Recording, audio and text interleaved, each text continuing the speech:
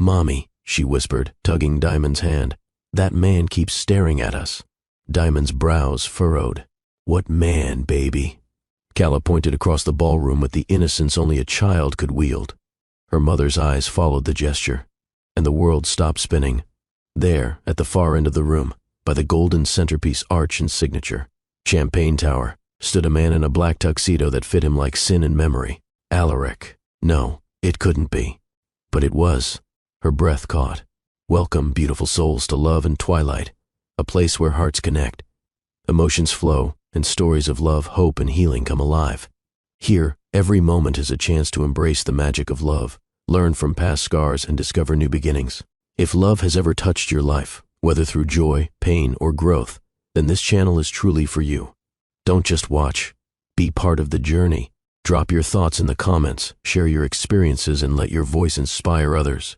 Remember to like, subscribe, and share, because together we create a stronger, more loving community. Same silver-streaked jawline, more defined now.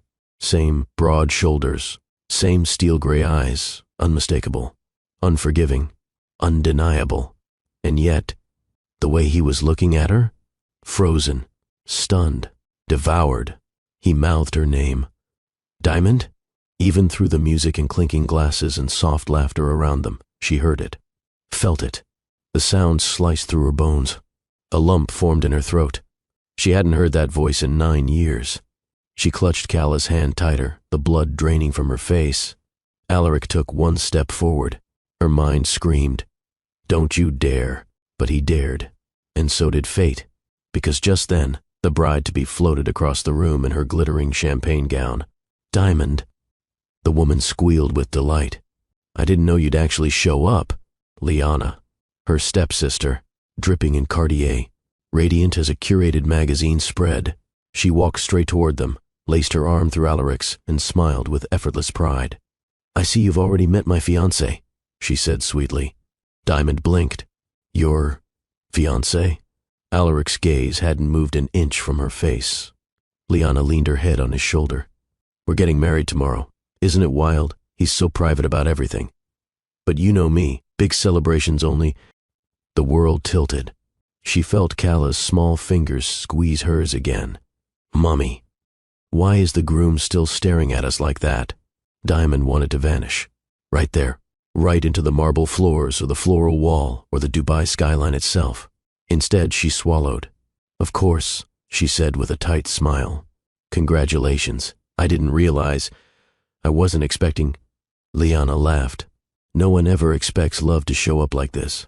We met at one of his investment board dinners, instant fireworks." Alaric didn't speak, not even a twitch of agreement. Liana squeezed his arm. "Alaric, you okay?" His throat moved. "I'm fine. You remember Diamond, right? My stepsister. We used to do summers together at the Jumeirah house." Oh, he remembered. Her laughter by the pool, her lips on his neck, her goodbye kiss the night she boarded a flight back to California, never knowing it would be the last. Alaric tore his gaze from her just long enough to nod stiffly. "Yes, I remember." Diamond's vision blurred. She had to get out of there. She wasn't ready. Not for this. Not for him. I need to take Calla to the restroom," she said quickly. "Of course," Liana chirped. "We'll catch up after the speeches." As they turned away, Calla whispered again, "Mommy, his eyes look like mine." Diamond felt it in her spine. Her daughter had noticed. Alaric had noticed. God help her. Outside, on the rooftop terrace, Diamond gripped the stone railing and sucked in sharp, dry desert air. Her chest burned. Her palms trembled. Behind her, Calla danced on her toes, unconcerned by the adult storm gathering just meters away. She had come to support her stepsister, stay quiet, leave early. She hadn't even planned to bring Calla, but the nanny canceled, and the guilt of keeping her away from everything, again, had won. Now, here she, watching her ex, the man who disappeared on her 9 years ago, prepare to marry the one woman who had always competed with her for attention, for love, for approval. And the kicker? He didn't even know about Calla. Not yet. But she'd seen the look in his eyes. He would, soon. And when that moment came, there'd be no turning back. The restroom was silent, too silent for Diamond's pounding thoughts. She stood in front of the marble sink, gripping the edge as if it could anchor her. She stared at herself. Same face, same curls, same almond eyes. But behind those lashes now lived a war. She could still feel his gaze, scorched into her skin. Alaric, Cala's father, the man who'd left her behind with nothing but memories and silence. And now, he was engaged to her stepsister. A quiet knock on the restroom door broke her trance. "Mommy." Diamond quickly wiped under her eyes. "Come in, baby." Cala stepped in, her patent leather shoes clicking softly on the marble tiles. "Why did that man look like he knew you?" Diamond knelt down. "Because a long time ago we knew each other. Like friends?" She hesitated. "Something like that." Cala tilted her head. He looked like he wanted to say something. "Did he make you sad?" Diamond swallowed the lump rising in her throat. "Not anymore." Cala nodded, satisfied for now. She twirled once and looked at herself in the mirror. "I like this dress." Diamond forced a smile. "You look beautiful."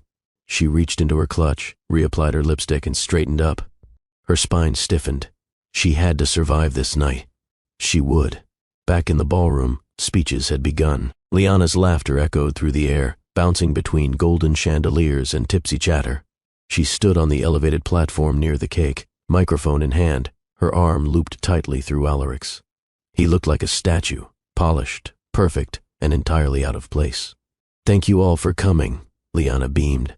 "Dubai means a lot to both of us. It's where we first met, and now it's where we begin forever." The crowd clapped. Diamond remained near the back of the room, clutching Cala's hand like a lifeline. She tried to avoid Alaric's eyes, but they found her anyway. Locked in, unblinking, 1,000 unsaid things caught in that single stare. Liana didn't notice. Or maybe she didn't want to. "Diamond," she called out, waving the mic in her direction. "Come up here for a second." Diamond froze. Cala looked up. "What do you do?" "Smile," Diamond whispered, "and keep breathing." She walked forward slowly, each step feeling like a countdown. When she reached the stage, Liana looped her free arm through hers and faced the crowd dramatically. "This woman," Liana announced, "is not just my stepsister. She's also the reason I learned what real loyalty means. She always knew how to keep a secret." "Didn't you, Dime?" Diamond flinched at the nickname. Her smile faltered, but she didn't speak. "Tell them," Liana continued, "how we used to share everything. School dances, diaries, even boyfriends sometimes. Just kidding." Polite laughter. Alaric's jaw clenched. Diamond finally turned to him. "Congratulations," she said quietly. His voice was dry. "You brought your daughter." "Yes, she's beautiful. She is." A beat passed. Tension snapped in invisible strings. Diamond faced Liana again. "I wish you both all the best."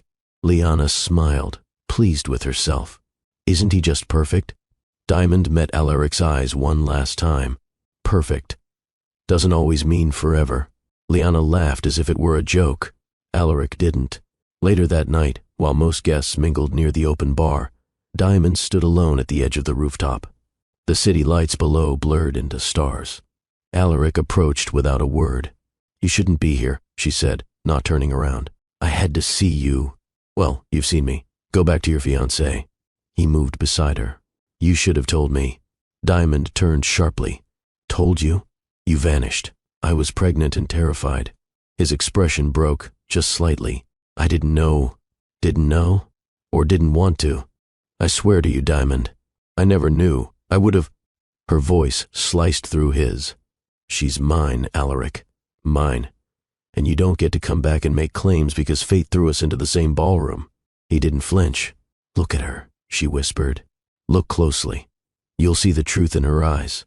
Flashback, 7 years ago, California. It was summer. She was 20.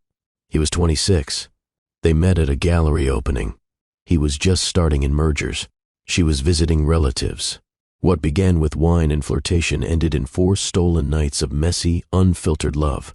Then came silence, ghosting, headlines, and finally, a pregnancy test. Her mother's voice still haunted her. "You'll ruin his career. Men like Alaric don't marry girls like you." So she vanished. Back then, she thought she was doing the right thing. Now she wasn't so sure. Back to present. Alaric's voice dropped. She has my eyes. Diamond looked up, exhausted. Yeah, she does. I want to talk to you. You're getting married tomorrow. Not anymore. Diamond's heart stuttered. What? I can't marry your sister. Not after tonight. Diamond barely heard the elevator chime as she and Calla rode it back to their hotel floor. Her heart hadn't settled. It wasn't pounding anymore. It was aching, heavy, and loud in the way grief sometimes echoes through your body long after the world has gone quiet. Calla, beside her, hummed a soft tune from the party. Oblivious. Still just a little girl in gold flats and too much lip gloss. As the elevator doors opened, Diamond guided her daughter toward their suite, fumbling for the keycard with trembling hands. Mommy, Calla said, skipping ahead. He looked at you like he missed you. Diamond froze. Calla turned and tilted her head. Did he used to be your friend? Diamond knelt down and pressed a hand gently to her daughter's cheek. Something like that, she murmured, and kissed her forehead. Now go get your pajamas on, baby. The child nodded and skipped inside. Diamond stood in the doorway for a few more seconds, staring into the hallway like the answer might still be out there, wrapped in linen suits and city lights. Inside the suite, she poured herself water. Her hands still trembled, the glass clinking softly against the marble countertop. She didn't trust her own reflection in the mirror. Not tonight. She'd survived this long, built a life from scraps, raised a child with no help, no closure, no CO parent. She didn't need Alaric's sudden reappearance to rewrite any of that. But then why had her whole body reacted to him like that? Why did her skin remember the feel of his hands? Before her mind could even catch up? Why did her daughter see something in him, instinctively, effortlessly? Why did it hurt to remember his voice? A sharp knock interrupted her thoughts. 1, then 2, then silence. Diamond exhaled, slowly walked to the door. When she opened it, he stood there, no jacket, no tie, just an open collar and too many questions in his eyes. Not now, she said softly. I just need 10 minutes. She didn't speak. I swear I'll leave after that. He looked exhausted and guilty and alive in a way that stabbed every corner of her memory. Diamond stepped aside. He entered. Alaric walked past her, straight to the floor-to-ceiling windows that overlooked the night skyline. For a long time, he said nothing, and neither did she. Finally, he turned. You have a beautiful daughter. Diamond crossed her arms. Don't start with flattery. He nodded. Okay, then let me start here. Why didn't you tell me? I tried. When? Emails, calls, even flew to London once. His eyes narrowed. You did? I sat in a cafe across the street from your office, waited 7 hours. You never showed. He looked shattered. I never saw any emails, no missed calls. Maybe your assistant deleted them, or maybe your PR team buried them like the rest of your past. I would have come, he said, stepping closer. I would have taken responsibility. Diamond laughed bitterly. You were on magazine covers with Liana 3 months later. You had already moved on. He paused. You thought I abandoned you. She didn't reply. He swallowed hard. She called me Daddy. At the party. She doesn't even know me, but she called me that. Diamond's breath hitched. She said it to you? He nodded slowly. It almost broke me. She looked away. Please, he said, voice rough, tell me everything. She leaned against the edge of the dining table. Her name is Calla. She loves space books and strawberry popsicles. She bites her pencil when she's nervous. And when she gets sleepy, she hums, like you used to when you couldn't sleep. Alaric closed his eyes. She hates loud noises, can't stand lies, wants to be a scientist or a ballerina, depending on the day. And she's mine, every part of her. Because you left, Alaric. I didn't leave, he whispered. I was kept away. I was 21, she said, voice cracking. Alone, pregnant, scared. You were everywhere. I couldn't breathe without seeing your face on a billboard. He stepped forward again. This time, slower. I'm not asking for forgiveness, he said. I'm asking for a chance. To do what? To be her father. A sudden soft knock interrupted the tension. They both turned.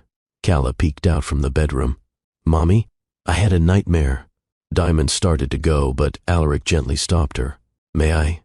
Diamond hesitated, then nodded. Alaric walked over, crouched beside Calla. Do you want to tell me about it? Calla looked at him warily. There were monsters under my bed. He smiled gently. Should we go check together? She reached for his hand. Diamond pressed her hand to her mouth. Moments later, Alaric returned. She's asleep again. She trusts fast, Diamond said softly. But she remembers forever. I'll earn both, he replied. She nodded slowly. But her heart didn't. Not yet. Dubai mornings were supposed to feel fresh, like rebirth. But not today. Diamond sat cross-legged on the edge of the king-size hotel bed, staring at the sliding doors that opened to the balcony. A thin curtain swayed in the breeze, but even that felt too gentle for what churned inside her. Calla slept soundly in the other room, safe, unaware. Her mother, however, was a storm, the kind that didn't break windows, just hearts. She clutched her phone in her hand, not to call anyone, just to stare at the unread drafts that had lived inside it for years. Emails she'd never sent. Messages she'd written with trembling fingers and unsent panic. You deserve to know. I didn't disappear. You did. She has your eyes. 9 years of silence. Not for lack of words, but because the right moment never arrived. Or maybe she was just never brave enough to force it. She still remembered the night she found out. 21. A crumpled test in a cheap bathroom stall. 2 pink lines and a heartbeat that suddenly wasn't just hers anymore. She hadn't cried. She'd sat very still, because crying felt like weakness, and she had already given Alaric her heart once. There was nothing else she could afford to lose. Back then, she thought time would soften the ache, that maybe one day she'd tell her daughter a neat version of events your father and I just weren't meant to be. But now, the truth was back, in a tuxedo, wearing her sister's ring, asking to meet his child, and the truth had teeth. She walked to the minibar and poured herself a small cup of mint tea. Her hands were steadier today, but her thoughts weren't. It wasn't just about him anymore. It was about what kind of life Calla deserved. She had built a world out of scraps, moving to California with barely enough savings for a mattress, working double shifts at a fashion boutique just to afford ballet lessons, teaching Calla her multiplication tables by candlelight when the power went out. And now here he was, rich and regretful, walking back into the life he had once ghosted without explanation. She didn't know if she wanted to scream or sob. Flashback, 5 months pregnant, Los Angeles. It was raining hard the day she emailed him the first time. To alaric.rafe@elitecapital.com. She never wanted to become a woman who begged for scraps of someone else's attention. But after the first few months of missed calls and no replies, pride had started slipping from Diamond's hands like sand. Pregnant, alone, broke. Her mother had been no help, cold, calculating, disgusted that her daughter had fallen for a man who was always going to choose legacy over love. Diamond had tried to prove her wrong, tried to reach him, tried everything. The first email bounced back, mailbox full, so she tried another address, his public relations firm, then his company's generic inquiry box. No reply. She sent physical letters, hoped someone in the Dubai office would forward them. She marked them personal in cursive, sealed with a trembling kiss of hope. Nothing. Then, one night, 5 months pregnant and aching in her ribs, she saw a tabloid photo online. Elite, capital-era Alaric Rafe vacations on Amalfi Coast with mystery woman. The woman wore red. Her smile could slice through steel. Liana. Diamond stared at the image for so long the screen dimmed. And that was when the shift happened. From searching to losing. She stopped trying, bought herself a notebook, filled it with thoughts she'd wanted to share with him. Cravings, baby. Kicks. Nights she sang lullabies before her baby was even born. She named her daughter Alone. Calla, after a flower she once saw in a London gallery. Graceful, bold, impossible to ignore. 7 years old now. A little tornado of questions and logic and light. She didn't need a father to become brilliant. Or kind. But when Diamond had watched her look up at Alaric with that tilted head and soft curiosity, it had cracked something open. Because maybe Calla didn't need a father, but maybe she still deserved one. Diamond had spent years building strength through silence, but she remembered all the ways she'd once tried to break it. A voicemail left on his UK number after her water broke early. A handwritten letter slipped into a contact book at a gala she wasn't invited to. A message sent to one of his company's partners in hopes it would reach him indirectly. She even tried a podcast interview once, calling in anonymously when she heard he was a guest speaker. Her voice had trembled too much. She hung up before speaking. He became a name she never said out loud, but that didn't mean she forgot. Not when her daughter had his laugh. Not when she stared at those gray eyes every morning across the breakfast table. Not when people asked where Callah's father was and she smiled and changed the subject. She did see him once, before now, 2 years ago, at a tech summit in Los Angeles. She hadn't expected to run into him, but she'd been hired as a stylist for a speaker's team. A friend pulled her into the conference hall just in time to see him cross the stage. He looked the same, sharp, calm, powerful, and untouchable. She had hidden behind a curtain and whispered a prayer that he wouldn't see her. He hadn't.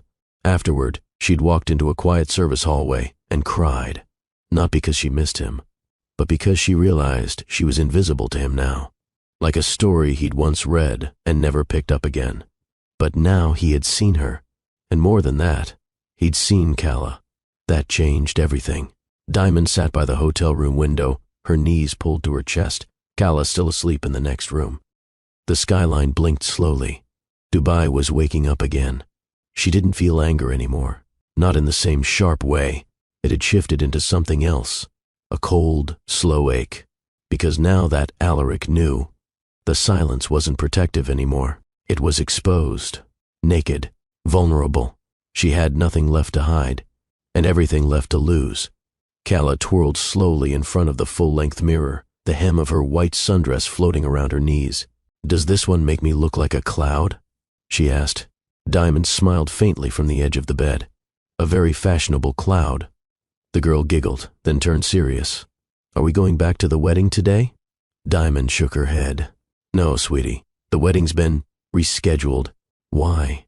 Diamond opened her mouth to answer, but nothing came out.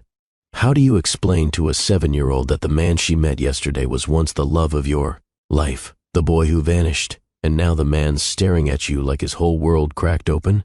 Instead, she said, "Sometimes grown-ups need more time to figure things out." Callah nodded thoughtfully. "He said my name yesterday. I didn't tell him, but he just knew it." Diamond blinked. "He did?"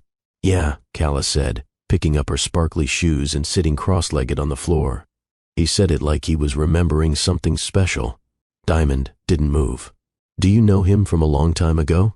Diamond met her daughter's gaze, steady, inquisitive, full of the kind of clarity that children seemed born with. "I do," she said quietly. "We used to be very close." "Like friends?" "More than friends." Callah considered that for a long moment. Then, softly, "Is he my dad?" Diamond's breath caught. Callah didn't flinch or fidget. She just looked up with those familiar gray eyes, mirroring the question that had probably been growing inside her for some time. Diamond reached for her daughter's hand. "Yes, baby." Callah blinked once. Did he know? Not until yesterday. She thought her daughter might cry, or yell, or ask why it had been a secret, but Callah simply nodded. "Okay." Diamond tilted her head. "Just okay." The child shrugged. "He didn't feel like a stranger, just someone I used to know, even if I never met him before." Diamond swallowed hard. "You're not angry?" "I'm curious." They sat on the bed together as the sunlight slid across the marble floor, warming the edges of the plush rug beneath their feet. "Do you want to meet him again?" Diamond asked. Callah hesitated. "I don't know yet, but I liked the way he talked to me. He didn't treat me like a little kid." Diamond nodded.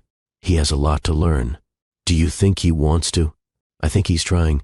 Later that day, Diamond took Callah downstairs to the hotel cafe. The staff greeted them with soft smiles and almond croissants. The air smelled of cardamom and honey. She had just taken her first sip of espresso when her phone buzzed. Unknown number. Her stomach tightened. She stared at the screen for a moment before answering. "Hello?" "Diamond."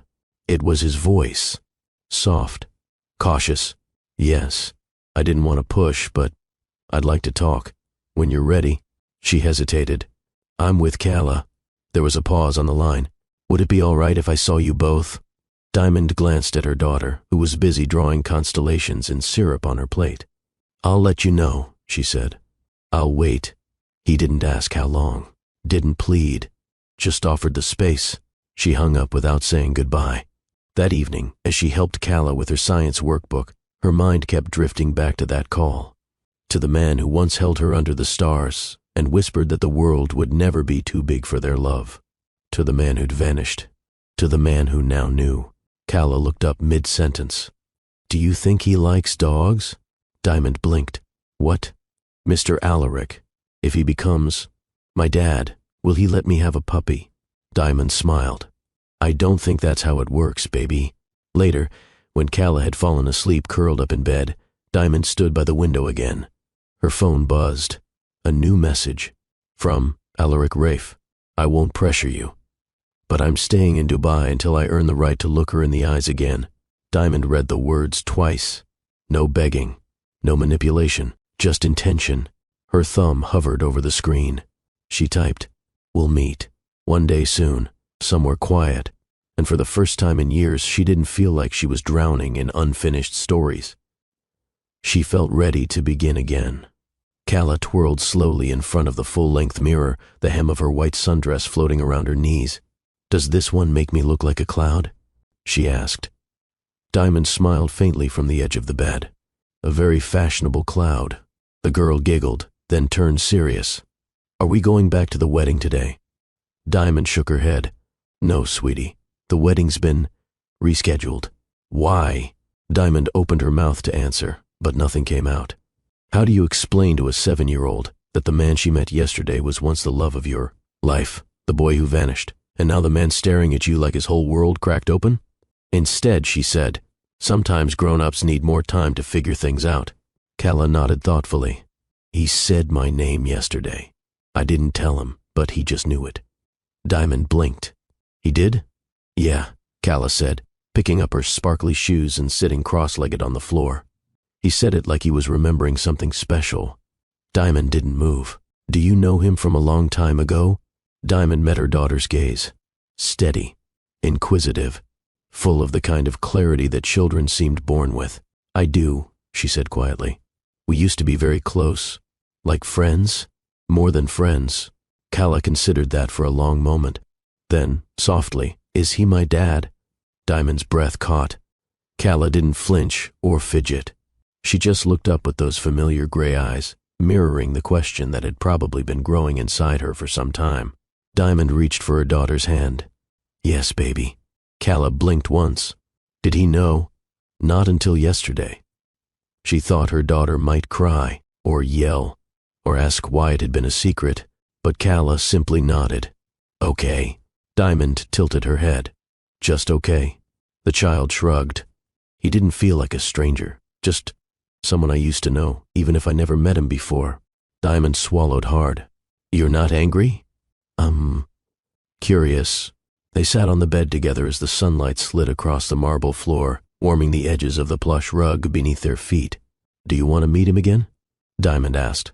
Calla hesitated. "I don't know yet, but I liked the way he talked to me. He didn't treat me like a little kid." Diamond nodded. "He has a lot to learn. Do you think he wants to?" "I think he's trying." Later that day, Diamond took Calla downstairs to the hotel cafe.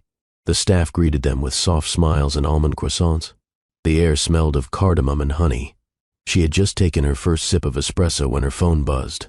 Unknown number. Her stomach tightened. She stared at the screen for a moment before answering.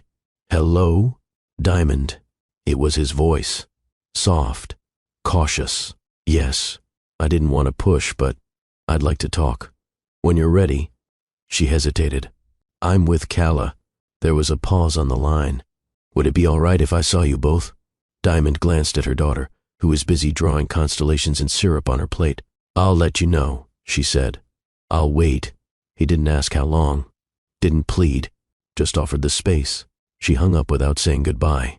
That evening, as she helped Calla with her science workbook, her mind kept drifting back to that call. To the man who once held her under the stars and whispered that the world would never be too big for their love. To the man who'd vanished. To the man who now knew. Calla looked up mid-sentence.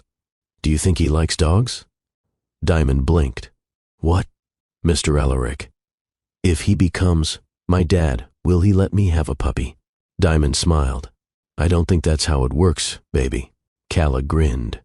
"But it's worth a try, right?" Later, when Calla had fallen asleep curled up in bed, Diamond stood by the window again. Her phone buzzed. A new message. From Alaric Rafe. I won't pressure you, but I'm staying in Dubai until I earn the right to look her in the eyes again. Diamond read the words twice. No begging. No manipulation. Just intention. Her thumb hovered over the screen. She typed, "We'll meet. One day soon. Somewhere quiet." And for the first time in years, she didn't feel like she was drowning in unfinished stories. She felt ready to begin again. It was close to midnight when Diamond heard the knock. Not loud, not rushed, but certain. She hesitated before opening the door. Her silk robe barely skimmed her calves, and her hair was loose from its earlier bun. She wasn't prepared for a visitor or for anything beyond the quiet she'd carved out tonight. Still, she opened it. Alaric stood there, not dressed for a party. No tailored tux, no polished expression. Just a dark shirt rolled to the forearms, hair tousled like he'd run his hands through it too many times. His eyes, gray and storm-swept, settled on her with the kind of stillness that preceded the deepest of conversations. "I couldn't sleep," he said. She didn't answer, just opened the door a little wider. He stepped in. Diamond closed the door behind him without a word. The suite felt different with him inside, more awake, more alert. "I don't know where to start," he admitted, pacing toward the window. Diamond stayed by the kitchenette. "Try the beginning." Alaric turned to face her. "She's mine." Diamond nodded once. "Yes." He exhaled slowly, bracing himself against the weight of the moment. "How old is she?" 7, almost 8. "I missed everything." "You did?" "I want to be there now." She raised a brow. "You think it's that simple?" "No," he said, "but I'm still asking." The silence stretched. She walked past him and opened the balcony doors. The night air was cooler now, brushing her skin like memory. He followed, standing beside her as the city glittered below. "She's smart," she said. "Not just in the way kids are. She reads people, absorbs everything." He nodded. "She asks questions I never know how to answer." She asked if I was her dad. Diamond's eyes flicked to his. "What did you say?" "I told her I'd like to be." Diamond gripped the railing. "You don't get to choose what kind of father you want to be. You either show up or you don't." "I'm here now." "She's not a second chance, Alaric. She's not a redemption arc." "I know." "You sure?" "Because everything about you still screams control." He took a step back, not in retreat but in respect. "I won't force anything," he said, "but I need to know why you didn't tell me. I need to understand." Diamond folded her arms, her voice sharper now. "You disappeared. I reached out again and again. Your people shut me down. Your assistant blocked my number. I tried to show up, Alaric. You were already gone." He blinked. "I never got anything convenient." "No," he said, taking a step closer. "I mean it. I never received a call, a message, nothing. If I had... God, Diamond, do you think I would have ignored you?" She held his gaze. "I don't know. You chose Liana. That said everything." He looked stricken. "It wasn't like that." "Then explain it." He walked back into the suite, sitting on the arm of the leather couch like the weight of the truth required him to stay grounded. "My father arranged that engagement. After I left Dubai the first time, I went back to London and everything moved fast. He told me the board was watching, that I needed someone by my side who made sense on paper." "She made sense?" Diamond asked, flatly. "She wasn't you," he said. The words landed between them like shattered glass. "I looked for you, too," he continued. "But your number changed. Your email bounced. No one knew where you went." "I left," she whispered. "I ran before your world could drown me. I would have gone with you." "You didn't." "No, I didn't," he admitted. Diamond sank into a chair, arms crossed tightly. "So what now? You found us. You've had your shock. Now what?" "I'm not going back to Liana. She doesn't know yet, does she?" "I'm telling her tomorrow." Diamond stared at him. "And what do you expect from me?" "Time," he said simply. "Time with Calla. And a sliver of grace from you." She laughed under her breath. "You don't ask for small things." "I ask because I still love you." Her eyes widened, the softness in them gone. "Don't. I never stopped. Don't confuse guilt with affection. I'm not guilty for loving you. I'm guilty for not being there." The tension in the room throbbed. She walked to the counter, poured poured a glass of water and took a long sip. Then, quietly, she calls you the man with the sky eyes. He blinked. Because they're stormy, she added. Like hers. A silence passed between them, this one not sharp, but solemn. He nodded. She deserves the truth. All of it. And if she doesn't want you around, then I'll leave. But I'll never stop hoping she changes her mind. Diamond stood still for a long time, then finally whispered, then we start small. You see her. In public. No promises. No expectations. Alaric straightened. Thank you. I'm not doing it for you, she said. I know. They stood there, the two of them, surrounded by old memories and new wounds, both unsure of what tomorrow would bring. But the door had opened. And that was more than either of them had yesterday. The next morning brought a new kind of tension. Not the sharp-edged kind that came with betrayal, but a quieter, more complicated weight, like a room filled with too many unsaid things. Alaric returned just after 10. No suit, no driver, no mask. He carried two things, a small wrapped box and a photo printed on glossy paper. Diamond opened the door slowly, already weary. He held up the photo. This was taken 2 weeks before I left for London. Look. She took it from him. It was them, smiling on a yacht in Abu Dhabi. She was leaning into him, sun on her shoulders. The sea was behind them, wide and endless. I never stopped carrying it, he said. Diamond studied it for a moment, then handed it back. You should have carried the memory of what came after. I do, he said. Every single day. She stepped aside. He entered. Calla wasn't there. A friend from the hotel had taken her to the aquarium, giving Diamond space for the conversation she knew was overdue. You said you never got my messages, she began, walking toward the kitchen island. All those years, all those emails, the letters? I didn't, he said, taking a seat on the arm of the couch. I asked my assistant last night. She was instructed to block anything not coming from an approved sender list. She thought she was protecting me. From me? From scandal. From distraction. That's what they called it. Diamond exhaled. I sent one from a burner email. No name, just details. I never saw it, he said, voice low. Not one. Her hands braced the marble counter. And when I showed up at your London office, I was in Shanghai. For weeks. It was chaos. And when you started dating Liana, that wasn't love. That was survival. Diamond turned to face him, eyes hard. You chose survival over the truth. I was trying to keep a legacy intact, one that was never truly mine to begin with. Then why come now? She demanded. Why disrupt everything now? Because yesterday I saw my daughter, he said, rising, and I can't walk away from that. His voice cracked slightly. She looked at me like I was something important, even without knowing who I was. Diamond didn't speak. He took a breath.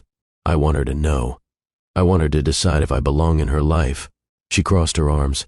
You still think this is about choice, about permission, but you missed the sleepless nights, the emergency room visits, the first day of school. You missed her first lost tooth, her first dance recital. The night she asked me why she didn't have a dad like other kids.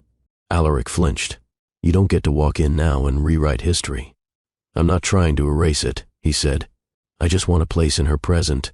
Diamond stared at him, eyes unreadable. And what about me? He met her gaze. I failed you. You left me, she corrected. At 20. With nothing but a name I couldn't even say without breaking. I didn't know, but you never tried hard enough to find out. He moved closer, not to touch her, just to be near. I know now, and that makes it better? No, but it makes it possible. She looked away. He set the wrapped box on the table. I bought this the day before I proposed to Liana, he said. Not for her. For you. Diamond stared at the box. I chickened out. I listened to my father. I thought I could forget you. Did it work? He smiled sadly. You've been in every decision I've made since. She slowly unwrapped the box. Inside was a slim silver bracelet. On it, a single engraving. D.R. For every breath I never said out loud. She closed the lid. This doesn't fix it. It's not meant to. Then why give it to me? Because I need you to know that I never forgot you. Even when I acted like I had. Diamond walked past him, needing space. She stopped near the window. I protected her, she said quietly. From the story, from the shame. You shouldn't have had to.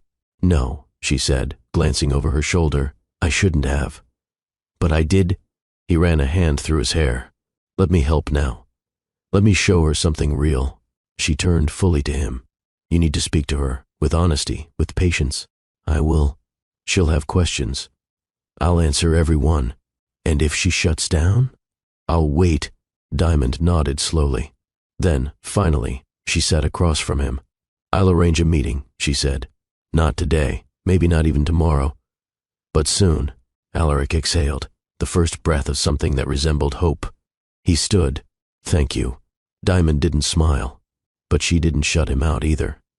You're not forgiven, she said. I know, but you're seen. He looked at her then with something fragile in his expression, something more human than she remembered. Sometimes, he said, voice rough, being seen is more than I thought I deserved. The sky had darkened by the time Diamond walked into Cala's room. The hotel's nightlights flickered softly from beneath the drapes, illuminating the little girl's face as she colored quietly on the floor. Hey, baby, Diamond said gently. Can we talk for a minute? Cala looked up with a curious expression, a crayon still clutched in her hand. Is this about the man from the party? Diamond smiled faintly. Yes. She sat on the edge of the bed and patted the space beside her. Cala stood up and climbed next to her, cross-legged, eyes wide. I know you've had a lot of questions, Diamond began. About your dad.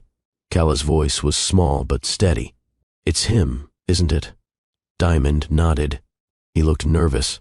He was, Diamond replied. He didn't know about you until now. Why? Diamond sighed. It's complicated, sweetie. We were young. Things happened fast. And then, life got in the way. People made decisions for us. I was scared. Cala's brow furrowed. But I'm not a secret. No, Diamond said, brushing a curl from her daughter's face. You're the best thing that's ever happened to me. I was just afraid to let someone hurt us again. Cala looked down at her lap. Is he going to stay? Diamond hesitated. He wants to. But I told him it's not up to me. The little girl looked up. Then who is it up to? You, Diamond said softly. You get to decide how much space he gets, how fast, how close. Cala sat quiet for a long moment, processing.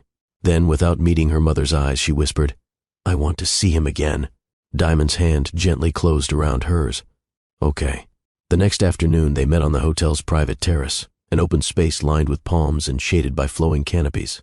Diamond waited inside while Alaric arrived first, dressed simply in a white shirt and tan slacks, hands tucked nervously into his pockets. He looked out at the skyline, then turned as footsteps approached. Cala walked out slowly, gripping a small notebook to her chest. She stopped a few feet from him. Hi. Alaric knelt down. Hi. They studied each other. You cut your beard, she said. He smiled. You noticed? She nodded. I think it makes you look less serious. I'll take that as a good thing. Cala looked down at the notebook in her hands. I wrote some questions. Would you like to sit while we go through them? She sat on the cushioned bench. He remained kneeling beside her, eye level. First one, she said, flipping open the cover. Why didn't you come to my birthday party last year? He didn't flinch. Because I didn't know I was supposed to. Why not? Because I didn't know I had you. Her brows drew together. How could someone forget a daughter? I didn't forget, he said carefully. I never knew. Your mom tried to tell me, but people around me stopped the messages. I thought she moved on. Cala tilted her head. Did you love her? He nodded. I did. Do you still? His answer was quiet. Yes. She looked down. She gets sad when she looks at you. I know. She cried after the party. Alaric closed his eyes for a moment. That's my fault. Cala ripped a small piece of paper from her notebook and handed it to him. It's a list of things I like. If you want to be around, you need to learn them. He opened the list. I like books about the moon. I don't like ketchup. My favorite animal is a baby goat. I don't like being lied to. I'm good at math. I sleep with one sock on. I want a telescope. He folded it carefully and tucked it into his pocket. This is the most important list I've ever received. She gave him a look. You can't say that if you say it to everyone. I don't, he said. Just you. Calla looked off toward the city. "Can I call you something?" "Of course." She turned back. "I want to call you my dad, but not until I'm sure." Alaric swallowed. "That's okay, but today I'll call you Alaric." His smile was fragile. "I'd be honored." From inside the terrace doors, Diamond watched the two of them. Alaric said something that made Calla laugh, her small hand reaching for his as if she'd done it 100 times before. Diamond didn't move, didn't cry, didn't let the ache take over. She just watched, and allowed herself to feel for the first time in years that maybe, just maybe, not everything had been lost. That evening, as she tucked Calla into bed, her daughter pulled her close and whispered, "He said he wants to learn how to braid hair." Diamond chuckled. "Did you say yes?" "I told him it's hard." "Well," Diamond said, smoothing the sheets, "he has time to practice." Calla yawned. "I think I like him." Diamond kissed her forehead. "Me too." She turned off the light and left the door slightly open. Out in the hallway, Alaric leaned against the wall. "She's incredible," he whispered. "She always has been," Diamond replied. They stood in silence, shoulder to shoulder. Then quietly, Alaric said, "She called me by my name today." "Not Dad." "Not yet. She's cautious." "So are you." Diamond looked up at him. "She has good instincts. I'd like to come back tomorrow." Diamond nodded. "We'll be here." He looked at her, really looked. "Thank you." She didn't smile. But she didn't close the door either. The hotel suite was quiet again. Diamond stood barefoot on the marble floor, the sleeves of her robe draping lightly as she poured a glass of red wine. The sky beyond the terrace stretched into endless velvet, and the city lights blinked like secrets she didn't want to hold anymore. She didn't expect the knock this time, not after everything that had unfolded between them, but somehow she wasn't surprised when it came. 2 soft raps, no urgency, just presence. She opened the door. Alaric stood there in a charcoal shirt, the top button undone, eyes heavy from a day spent learning how to step gently around a daughter who didn't yet know where to place him in her world. Diamond said nothing. She simply stepped aside and let him in. "I won't stay long," he said, lingering near the entrance. "I just needed air." She handed him the second wineglass she'd poured without knowing why. He accepted it silently. They sat opposite each other at the small table beside the windows, the warm lighting from a single lamp casting soft shadows across the floor. For a while, the only sounds were sips of wine and the subtle hum of the city below. "You're quieter than usual," she said finally. "I'm exhausted," he admitted. "But not from her. She asked if you liked dogs." He chuckled. "She told me baby goats are better." Diamond smiled behind her glass. "She's not wrong." He nodded slowly. "She's sharp, gentle but sharp, like someone I used to know." The compliment didn't slide off easily, but she let it land. "She's watching you," Diamond said. "Every move." "I'm watching her too." Diamond set down her glass. "So, why Liana?" He looked down at the liquid in his hand. "Because she was safe, expected. She didn't ask for too much, didn't challenge me. But I did. You always did." She leaned back. "So I was the storm, and she was the harbor?" "No," he said quickly. "You were the fire, and I was afraid of getting burned." She held his gaze. "You were already burning. You just didn't know it." He looked away. Diamond rose and crossed to the windows, the wine forgotten now. Her arms folded tightly across her chest. "I gave you everything," she said, "and I never even got the goodbye." "I didn't know how," he said behind her. "And when I tried to come back, you were gone." She turned. "Because I had to be. You disappeared, Alaric. Left me with nothing but questions and a growing stomach." His jaw tensed. "You don't know how many times I thought about you. How many nights I nearly booked a flight just to find you. But you didn't." "No, I didn't." The room tightened with silence. Diamond crossed back to the table and poured herself another splash of wine. "I used to imagine what I'd say if you ever came back," she murmured. "Did it sound like this?" "No," she said. "It sounded louder."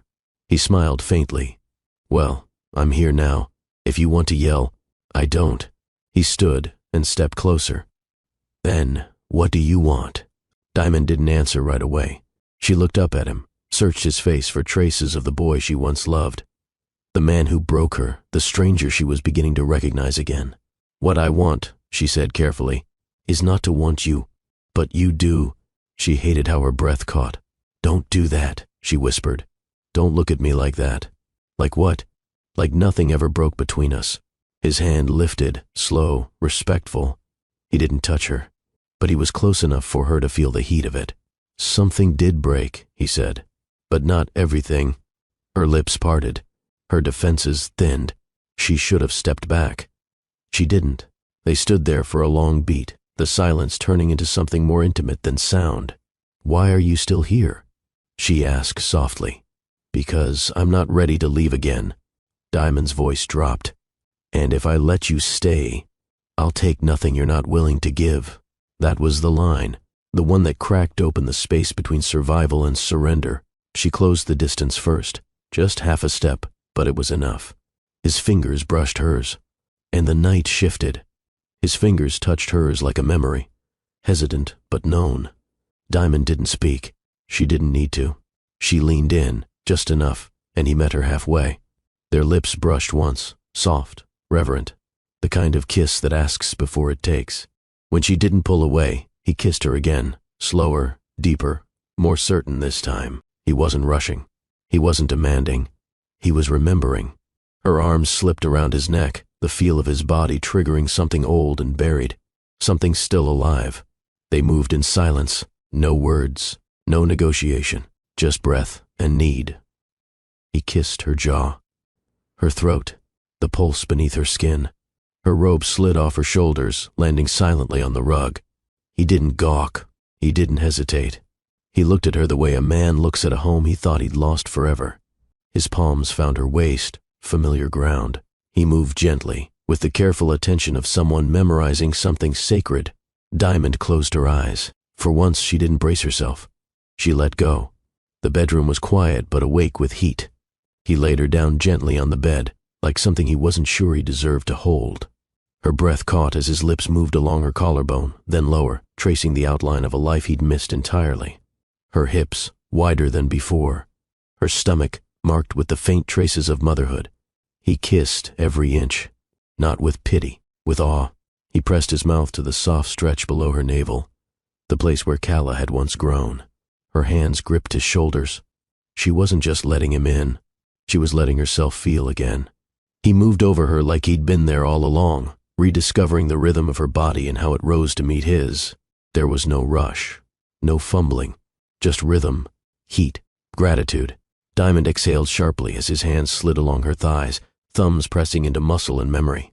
She arched into him, pulled him closer, wrapped her legs around him like she'd been waiting for this without knowing it. He paused, just before the final closeness. She looked at him. No masks, no shields.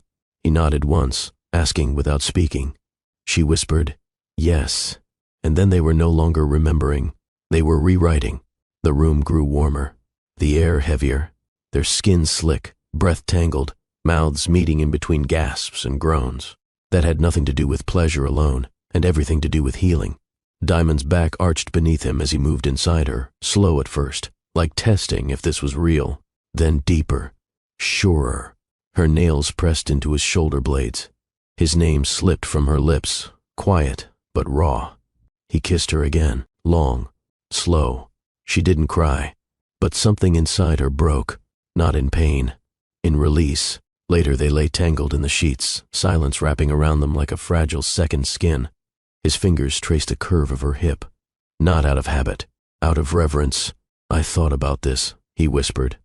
"This exact moment?" "No," he said. "Just the feeling. Being close. Being forgiven." She turned her head to look at him. "You're not forgiven." He nodded. "I know. But you're here." "I am." They were quiet again. Her hand rested on his chest, right above his heartbeat. "It's strange," she murmured. "What is? How something that once broke me could still feel like home." He didn't reply, because he knew anything he said would ruin the truth in her words. Instead, he pressed a kiss to the top of her head and pulled her closer. She didn't pull away. Not tonight. The morning light filtered through the sheer curtains, casting faint golden stripes across the bed. Alaric was already awake. He lay on his side, propped up on one elbow, watching her sleep. There was something still in her face, something peaceful. Her hair fell across her cheek, the blanket pulled only halfway over her shoulder. For a moment, he didn't move. He just watched her breathe. His fingertips drifted across her bare shoulder, barely brushing the skin, tracing where the light met the curve of her back. She stirred slightly. He pulled his hand back, but her voice cut through the quiet. "You don't have to pretend you weren't touching me." He smiled. "Didn't mean to wake you. You didn't." She rolled onto her back, eyes still adjusting. Her voice was rougher than usual, low, unguarded. Alaric rested back against the headboard. "I forgot how quiet mornings could feel with you." She didn't answer right away. Her gaze lingered on the ceiling. "I forgot a lot of things," she murmured. "Not on purpose, just because I had to." "Like what?" "The sound of your breath after you fall asleep. How you run your thumb over the same spot when you're thinking. The way your eyes soften when you're not in a room full of expectations." His chest tightened. "Those aren't things you forget." "They are," she said. "When survival leaves no room for softness." He reached for her hand. She let him take it. Her fingers were warm, steady.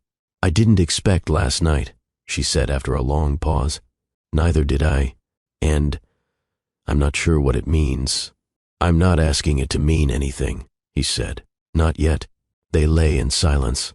Then her voice again, quieter this time. "It meant something to me." His thumb brushed over her knuckles. "To me, too." She closed her eyes, not out of fatigue, but to make space for the feeling blooming. Inside her chest, something she hadn't allowed herself to name in years. She had survived the betrayal. She had outgrown the heartbreak. But lying here, skin against skin, no words chasing apologies, this didn't feel like falling back into the past. It felt like something else entirely.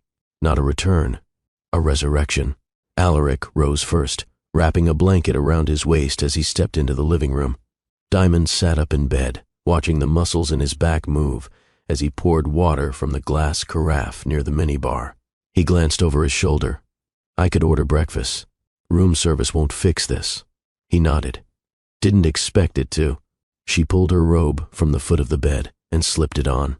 When she joined him by the window, they stood side by side, looking out over the skyline. "You still thinking about her?" she asked. "Every second. She's going to ask what happened between us. I'll tell her the truth." Diamond turned to him. "Which version? The one where I was a fool, where I let pressure swallow love, where I chose everything but the one thing that actually mattered?" Her expression didn't change, but something in her shoulders eased. He reached out and touched the edge of her sleeve. "You don't have to protect her from me anymore." "I'm not protecting her," she said. "I'm protecting myself." He nodded slowly. "Then I'll earn you both." "You think one night makes up for years?" "No," he said. "But it made something possible." She didn't respond. Didn't have to. They stood there for a while, watching as the desert morning unfolded below. No more pretending. No more tiptoeing around broken timelines. There was still so much unfinished between them. But now, for the first time in years, there was something else too. A beginning. The sky was soft with early light when Diamond stepped out onto the terrace. She wore a pale satin wrap and carried her coffee in both hands, fingers curled around the warmth like armor. Her body ached, not from regret, but from everything last night unlatched inside her. Alaric was already seated outside, shirt half-buttoned, elbows resting on the glass table. His phone sat untouched beside him, screen dark. He didn't say good morning. Neither did she. The silence wasn't cold. It was a quiet held open between them, something tender and unfinished. She sat across from him and placed her coffee down gently. He studied her face. Not with hunger this time, but something slower, something searching. "I'm calling it off," he said. Her jaw didn't move, but her eyes sharpened. "You mean the wedding?" He nodded once. "Yes." She looked away. "You should have done that before last night. I didn't expect last night to happen. No one ever does." He leaned forward. "But it did, and I'm not walking away pretending it didn't mean something." Diamond held his gaze. "You can't just undo what you promised her." "I never promised her what I gave you." "That doesn't make this cleaner," she said. "You're going to humiliate her."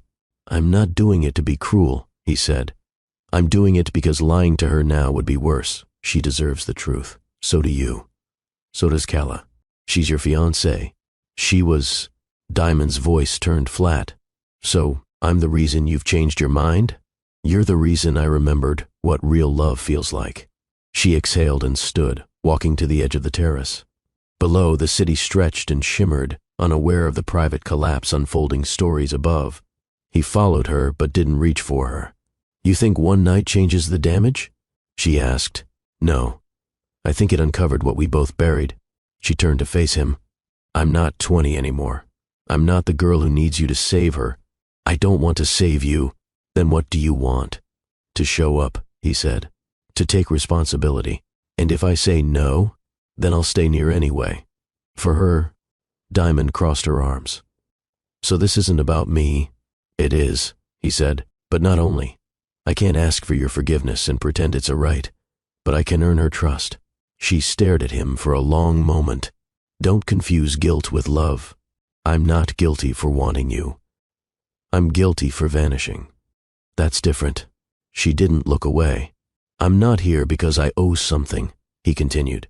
I'm here because I still want you. And if that's not enough, I'll keep showing up until it is... You think I'm just waiting to be wanted again? No, he said. I think you never stopped deserving more than what I gave you. Her arms loosened. For a second, just a second, the hardness in her eyes cracked. She stepped past him, returned to her coffee. He didn't follow. Instead, he turned back toward the sky. I wrote you a letter, she said suddenly. He looked over his shoulder. Years ago, she clarified, after I had her. I never sent it. What did it say? I don't remember the words exactly, she admitted. But I remember writing, if you ever come back, you won't find the girl who begged for answers. You'll find the woman who raised one. He said nothing. She sipped her coffee again. She asked if she could call you Dad someday. Alaric blinked. What did you say? I told her that's not a title you demand. It's one you earn. Inside, the clock ticked toward 9. Calla stirred in the next room. Diamond and Alaric stood silently, the weight of too many years pressing between them. But this time, neither ran from it. They just stood still, side by side, as the morning broke. Later that afternoon, the suite had fallen into an unnatural stillness. Calla had been picked up for an outing with the hotel's kids program. Diamond had insisted on it. Space was necessary. For thinking, for decisions, for the conversation that neither she nor Alaric could keep delaying. She sat on the couch now, arms folded across her chest, while Alaric leaned against the marble-topped console table, staring at the floor. Neither of them was speaking. Not yet. You said you're breaking it off, she said finally. I meant it. And you think that makes everything better? No, he answered. But it's the first honest thing I've done in years. She tilted her head, voice sharper now. Honest? You're standing here after sleeping with me and planning to walk into Liana's life and detonate it with a confession. I already told her, he said. Diamond's breath hitched. What? I called her this morning. I told her the wedding's off. Diamond stood. And what else did you say? That we rushed, that I wasn't who she thought I was, that she deserves someone who doesn't hesitate when he looks at her. Diamond paced away from him, fists clenching and unclenching. You didn't mention me, did you? No. She'll find out. I know.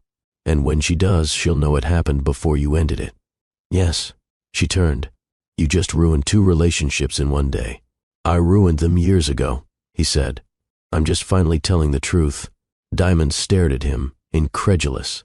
I'm not proud of how this unfolded, he said, but I won't keep pretending that staying with Liana was noble. It wasn't. It was cowardice. And what is this? She asked. What do you call showing up now, after all these years? Redemption? He shook his head. Responsibility. Big word, she muttered. He stepped forward. I'm not here to rewrite what happened. I'm here to own it. Own what, Alaric? The child you didn't raise? The woman you left behind? Or the sister you betrayed? All of it. Diamond laughed bitterly. You're not the savior in this story. I know. Her tone cut sharper. I kept her warm when she was sick. I taught her how to ride a bike. I lied to her face every time she asked why other kids had dads and she didn't. I did all of that, alone. He nodded, voice low. And I'll never take that from you. You don't get to take anything, she snapped. You're not owed forgiveness. You're not entitled to be a father just because you finally showed up. I'm not here for what I'm owed, he said. I'm here because I love her, and I never stopped loving you. Diamond turned her back to him.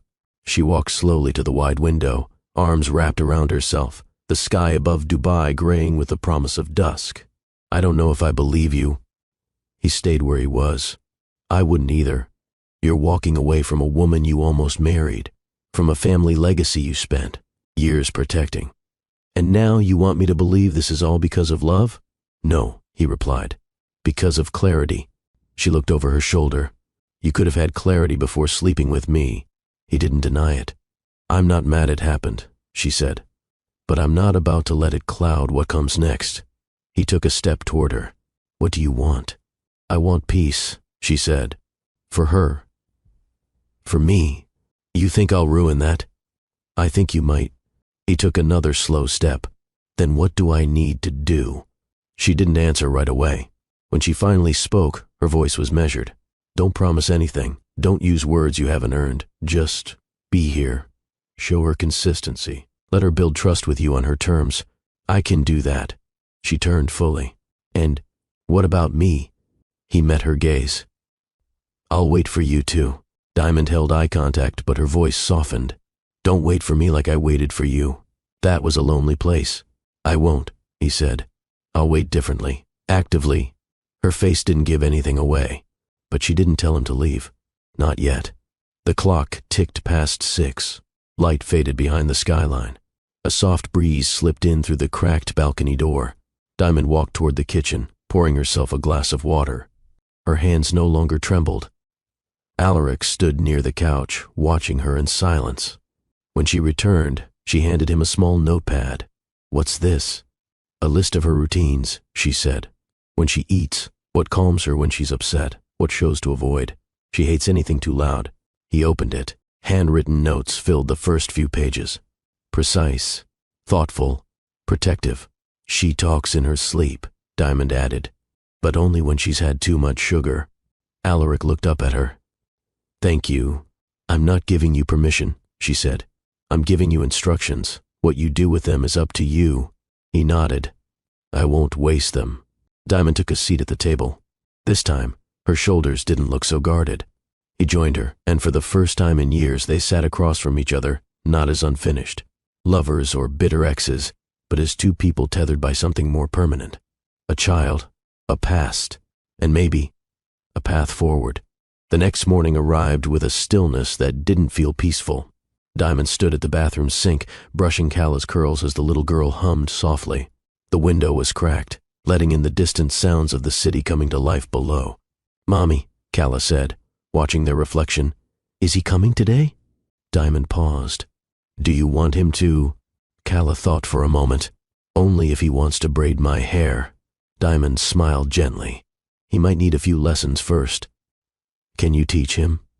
We'll see. The child reached up and touched the curve of her mother's cheek. You look tired. Diamond pressed her lips to the top of Callah's head. I'm all right.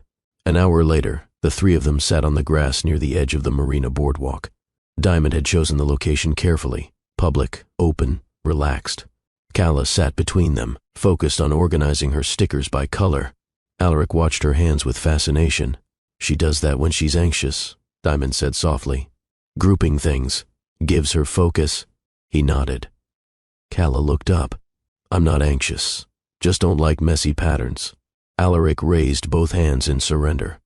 Understood. She pointed at a purple butterfly sticker. This one's for people who stay. He looked at her. Am I getting one? She studied him. Maybe. Diamond cleared her throat.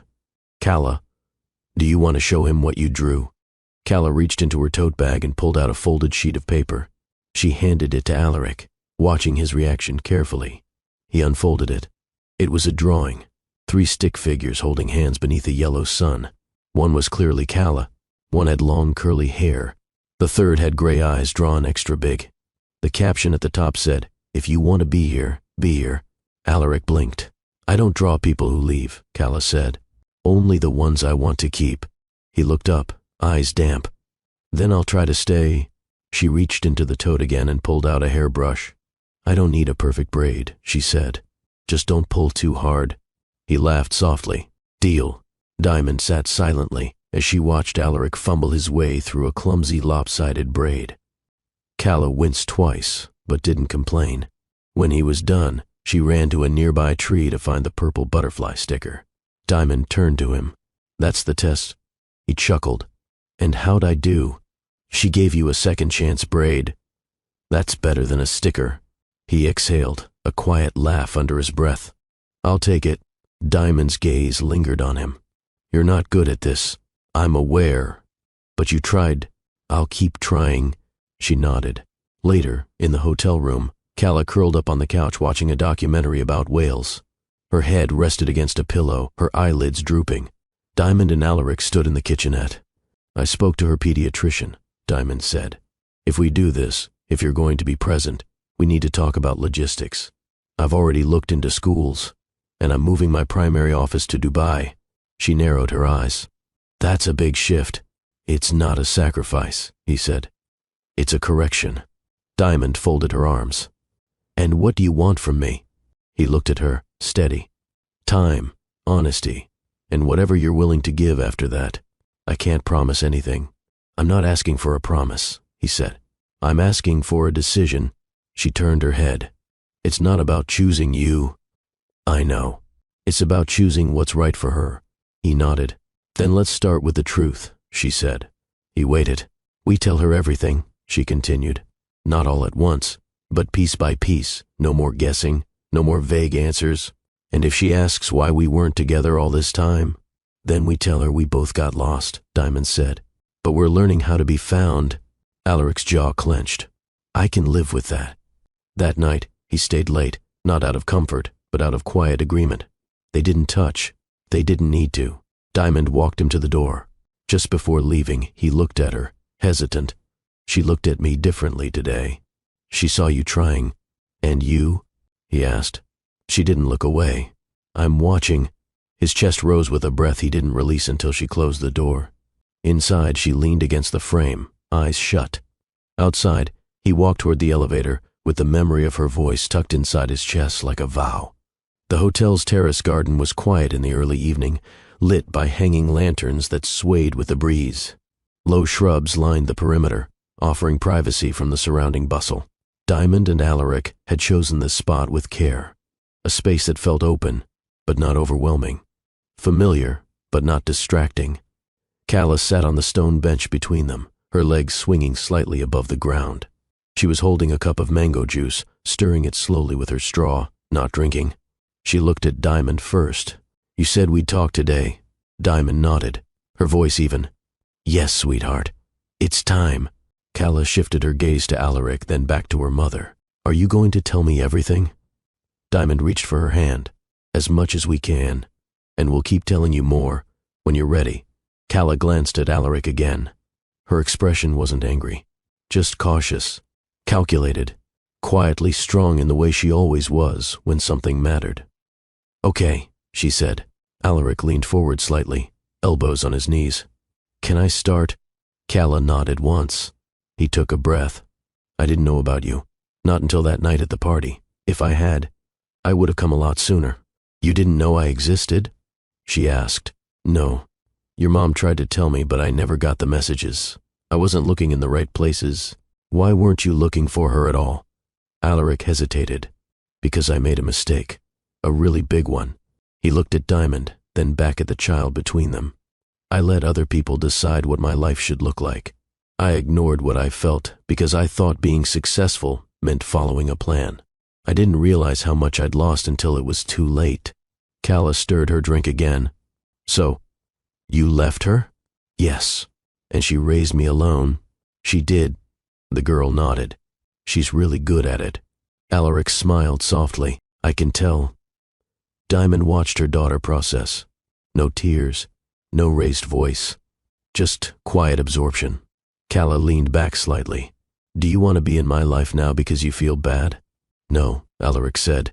"I want to be in your life because I missed the chance to know you, and I don't want to miss another day." She paused. "So, what are you to me now?" Alaric's voice lowered. "That's up to you. I'd like to be your father. But only if that's what you want." Calla studied him. What does being a father mean to you? He blinked. It means showing up, always. It means listening, learning who you are, supporting you no matter what. It means being there when you're sad or confused or just want to eat ice cream at midnight. She cracked a small smile. I don't like ice cream at midnight. Then I'll learn what you do like, he said.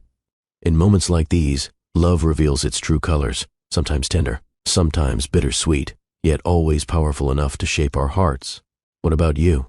Have you ever felt love pulling you in two directions, forcing you to choose between holding on and letting go? Share your story in the comments, because your voice matters here. Don't just watch, join the conversation, because together we create a community where every emotion has meaning. If this moment touches you, tap that like button, subscribe for more heartfelt stories, and share this video with someone who needs a reminder about love's power. Calla looked down again. Do you love Mommy? Alaric didn't hesitate. Yes. Do you love me? I do, even though you missed everything. I think that's exactly why I love you so much, he said. Because even though I missed it, I know it mattered. And I want to spend the rest of my life catching up. Diamond's fingers tightened slightly on Calla's hand. The girl looked back at her mother. Do you believe him? Diamond nodded slowly. I believe he's trying. Calla turned back to Alaric. You have to answer all my questions. Even if they're hard, I will. You have to learn how to braid better.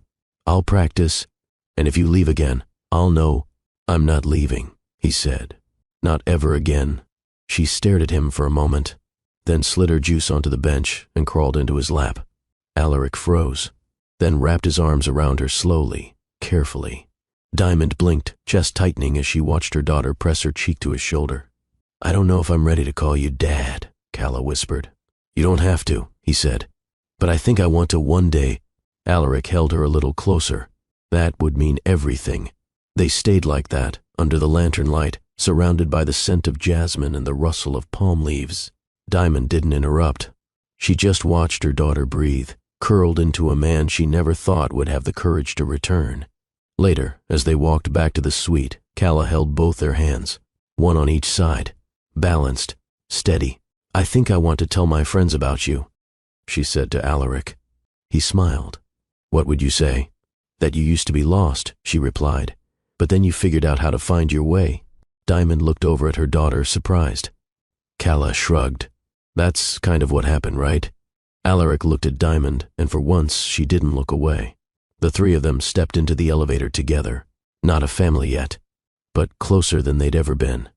It was the first Friday morning in weeks that didn't feel like a sprint. Diamond sat at the breakfast nook, sipping coffee while watching Calla explain the phases of the moon using orange slices on her plate. Alaric sat beside her, listening intently as if she were leading a master class. This is a crescent, she said, holding up a half-bitten slice. It means the moon is peaking, like someone who's not ready to come out all the way. Alaric nodded seriously. Got it. So, are you the moon in this story? She grinned. No, Mommy is. Diamond raised an eyebrow. Am I now? Calla gave a thoughtful nod. You peak when you're thinking too much, but when you smile, it's like the full moon. You can see everything clearly. Alaric leaned back, arms crossed. And what am I? Calla pointed to a slice with one tiny bite. You're the new moon. Starting over, he laughed. I'll take that. Diamond shook her head, biting back a smile. There was something remarkable about the ease Calla brought into the room. A natural warmth that neither of them had earned, but somehow had been given anyway. A child's grace was often the most disarming form of forgiveness. Later that day, the three of them visited the courtyard garden behind the hotel.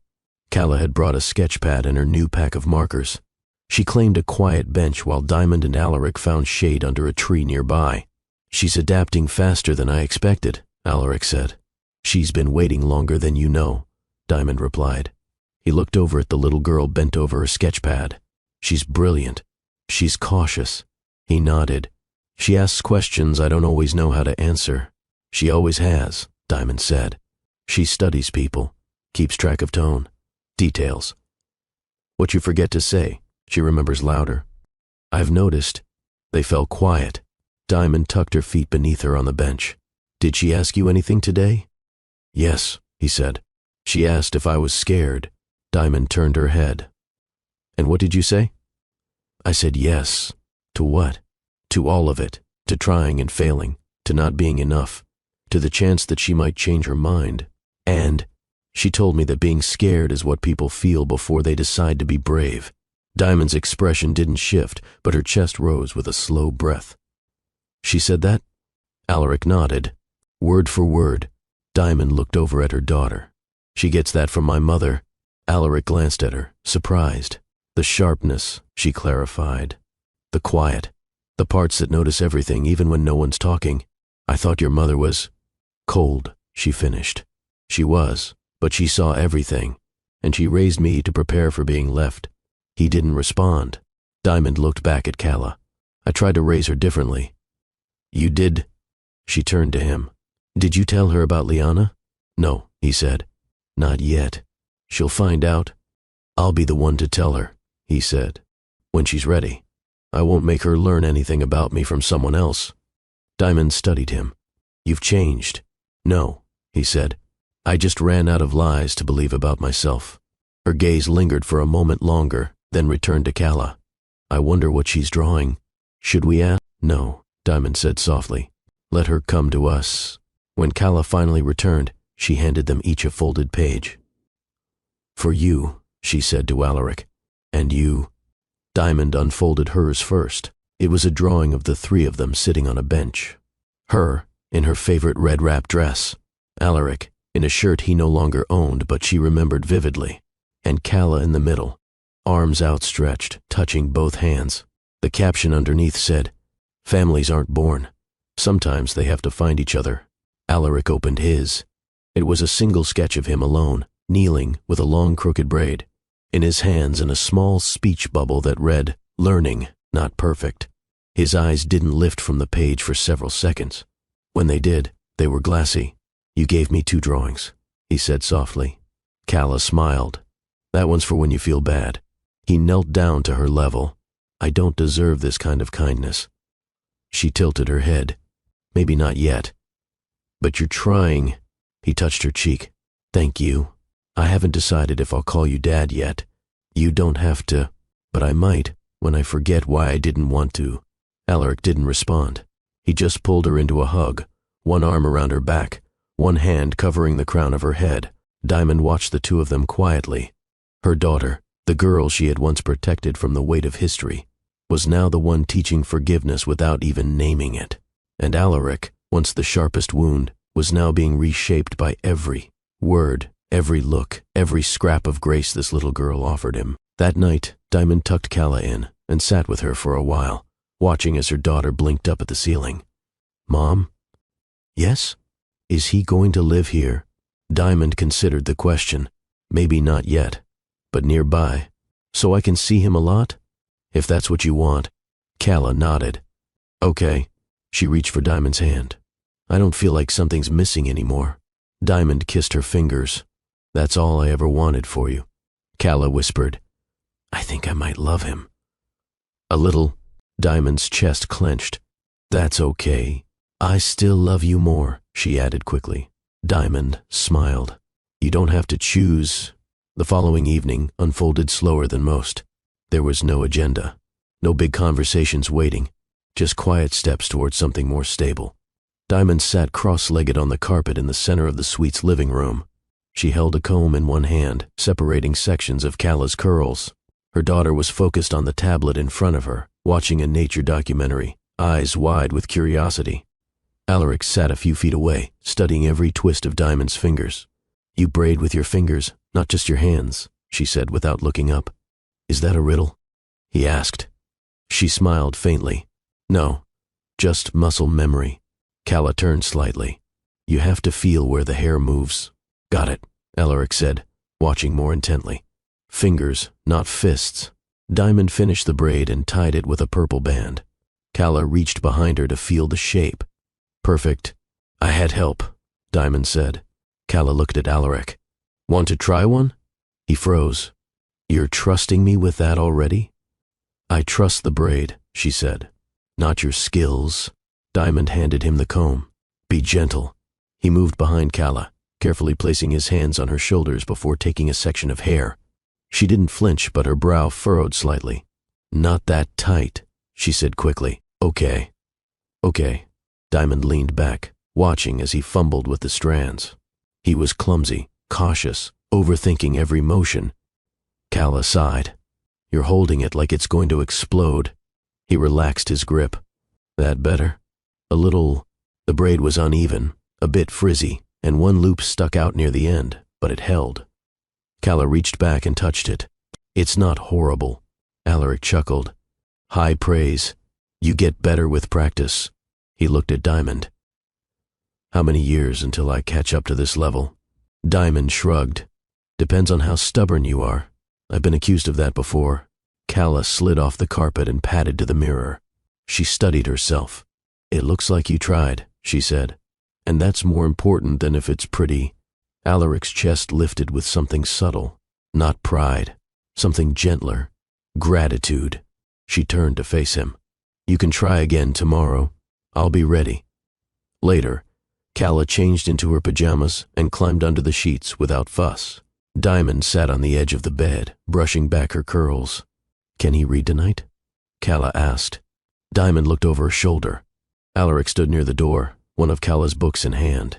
It was worn from use, dog-eared, creased, loved. If you'd like that, Diamond said. Calla nodded and patted the space beside her. He stepped in, quietly, took the seat, opened the book. His voice was slower than Diamond's, but steady. He paused at the right moments, emphasized the silly voices just enough to make Calla giggle. When he reached the last page, he closed the book carefully and set it on the nightstand. Calla rolled onto her side, facing him.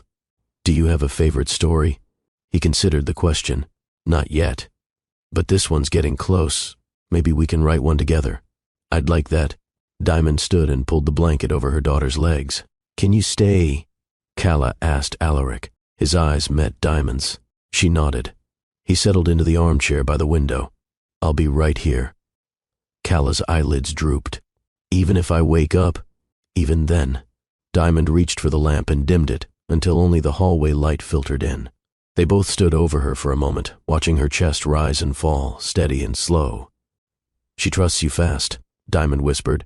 She shouldn't, but she does. He looked at her. And you? Diamond didn't answer right away. Then, I don't have the luxury of fast anymore. He accepted that. Then I'll be slow. Back in the living room, Diamond poured a glass of water and leaned against the kitchen counter. Alaric joined her, sleeves rolled to the elbows, posture relaxed in a way she hadn't seen in years. She reminds me of you, he said. She reminds me of everything I didn't know I had the strength to be. He turned toward her. Did I ever say thank you? For what? For raising her the way you did. You don't need to thank me for doing what a mother should. No, he said gently. But I will anyway. She drank slowly, keeping her eyes on the skyline through the window. She asked me what love is the other day, Diamond said. I didn't know how to answer. What did you say? I told her it's the thing you choose, even when it's hard. Especially when it's hard. Alaric nodded. That sounds right. She looked at him. You still think you're capable of that? I don't think, he said. I'm showing up. He reached into his pocket and pulled out a folded note. I wrote this for her, he said. You don't have to give it to her now, or ever. But I wanted to leave something behind in case I mess this up again. She took it, didn't open it, just held it between her fingers. Maybe you won't mess it up. Maybe. They stood in silence. Somewhere down the hall, a child's breath murmured in sleep. Alaric reached for the door. Diamond didn't stop him, but before he left, he said, I'll see you in the morning. Not a question, not a request. A quiet truth between people who knew the value of showing up. Morning in Dubai was gold on every surface, sunlight spilling through glass facades, bouncing off polished marble, weaving itself into the air like something deliberate. Diamond stood in the private dressing suite of the Al Noor Grand Hotel, facing a mirror she'd once stared into as a teenager. Only then, she was a bridesmaid. Now she was neither guest nor participant, only present, pulled back into the orbit of a celebration that wasn't hers. Behind her, the bustle of preparation buzzed. Liana's makeup artist adjusted palettes. Stylists steamed veils and unboxed heels like sacred artifacts. The room was thick with hairspray, perfume, and the scent of inherited entitlement. Diamond wasn't supposed to be here. Not in this room, Not in this dress. Not in this moment. But Liana had insisted. "You're the only one who knows how to tie the back of my gown right," she'd said with a careless wave. "Mum can't do it without shaking." Diamond had wanted to say no. She had even planned to walk Calla through the gardens that morning, give her daughter a soft memory of fountains and peacocks and pastries. But duty was hard to unlearn when it had been part of your identity for most of your life. She tied the silk sash silently, fingers steady, heart far from the fabric. Liana caught her reflection in the mirror. "You look tired." Diamond didn't flinch. "Didn't sleep well. Your child keeping you up?" "No," Diamond said. "My memories." Liana laughed, as if it were charming. "You were always so poetic." Diamond finished the knot. Liana turned to inspect it. "Perfect." Then, a pause. "You didn't bring Calla to the rehearsal?" "No." "You still think she'll get confused?" "She already is." Liana sighed, as if the topic were exhausting. "Diamond, she's a child. She's a child with ears. You make everything heavier than it needs to be." Diamond didn't respond. Liana walked to the window. "I'm marrying the man I love. I wish you could just be happy for me." Diamond spoke softly. "Are you?" "Am I what?" "Marrying the man you love." Liana turned. "Why would you ask that?" "Because your reflection isn't smiling." Liana's jaw tightened. "You've always wanted to be right." Diamond didn't bite. "Not about this." There was a knock at the door. One of the event assistants peeked in. "They're asking for final lineup. Groom's ready." Liana turned toward the mirror again, smoothing invisible wrinkles in her dress. "Let's go." The ballroom shimmered. Gold columns, crystal chandeliers, white roses arranged like snowfall around every table. The guests, most in shades of ivory and champagne, held up phones and flutes of elderflower spritzers. Diamond stood near the back with Calla, who clutched her hand tightly. "Why are there so many lights?" she whispered. "Because people confuse brightness for beauty," Diamond answered. Calla tilted her head. "Is that like when people smile even when they're sad?" "Exactly like that." Music began. A string quartet, delicate and dramatic. Bridesmaids processed. Then Liana. Calla leaned into her mother's leg. "She looks like a doll." Diamond didn't respond. But when Liana reached the altar and Alaric turned to see her, something in his face shifted. Diamond saw it. Not hesitation, not confusion. Something sadder, something heavier. Recognition. He took her hand because that was what the moment demanded, not because he wanted to. The officiant began. Words floated around the room like confetti. Commitment, forever, vows, destiny. Diamond watched the guests. Some were misty-eyed. Others were already recording. All were convinced they were witnessing love. But Diamond watched Alaric's thumb. It tapped against his side, an old habit he had when he was anxious. She watched Liana smile. It strained the corners of her mouth but never touched her eyes. Calla tugged on her sleeve. "I want to go home." "We will," Diamond said. "No. Now." Diamond bent lower. "Why?" "She doesn't love him," Calla whispered. "And he doesn't love her."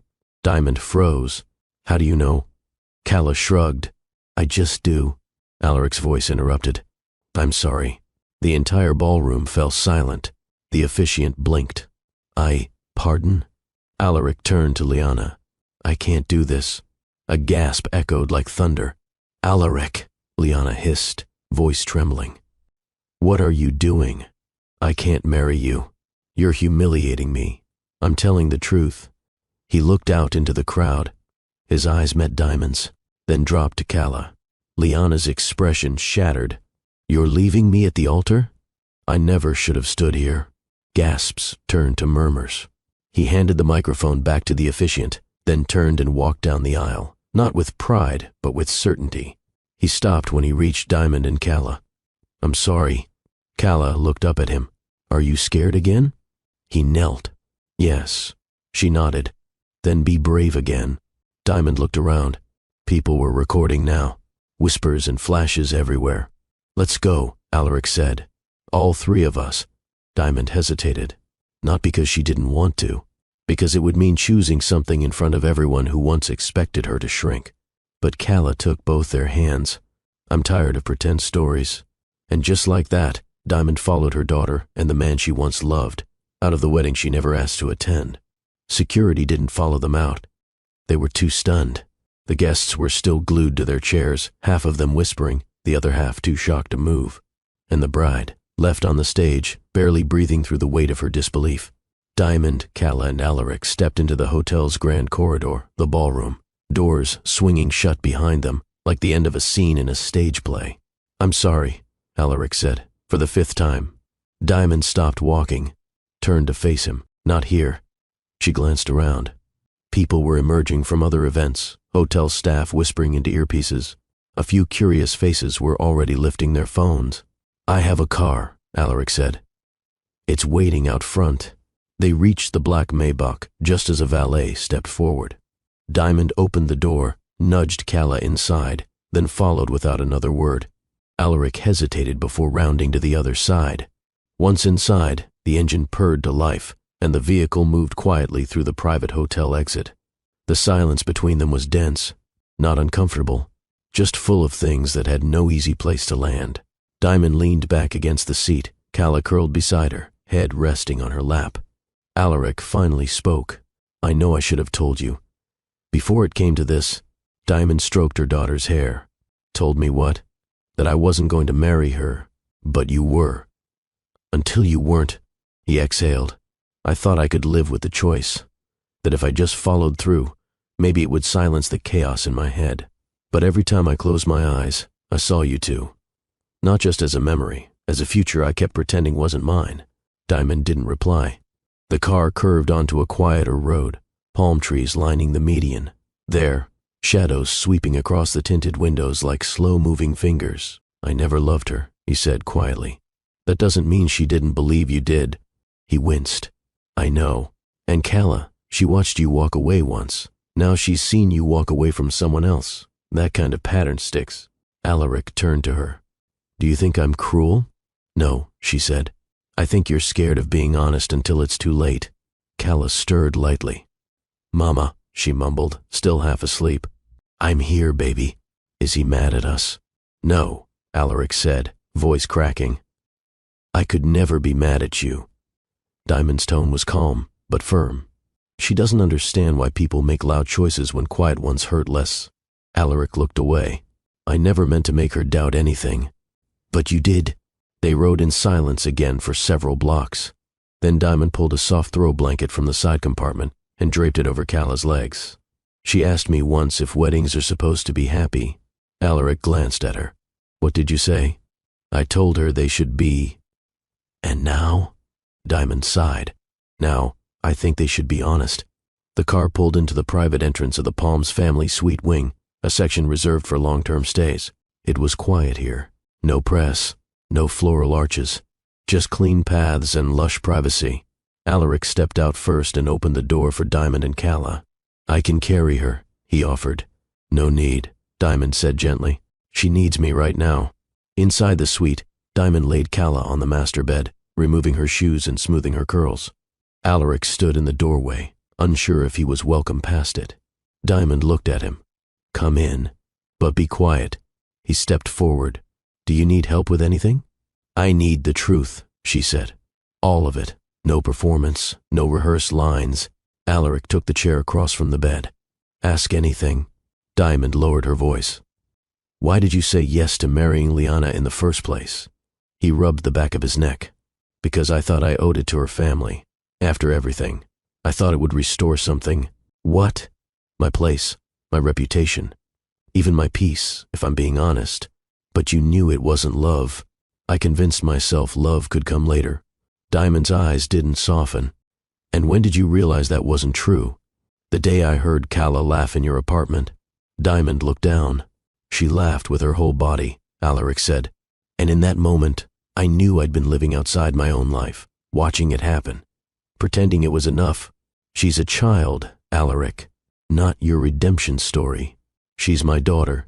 That doesn't absolve what you almost did." "No, it doesn't." He sat forward.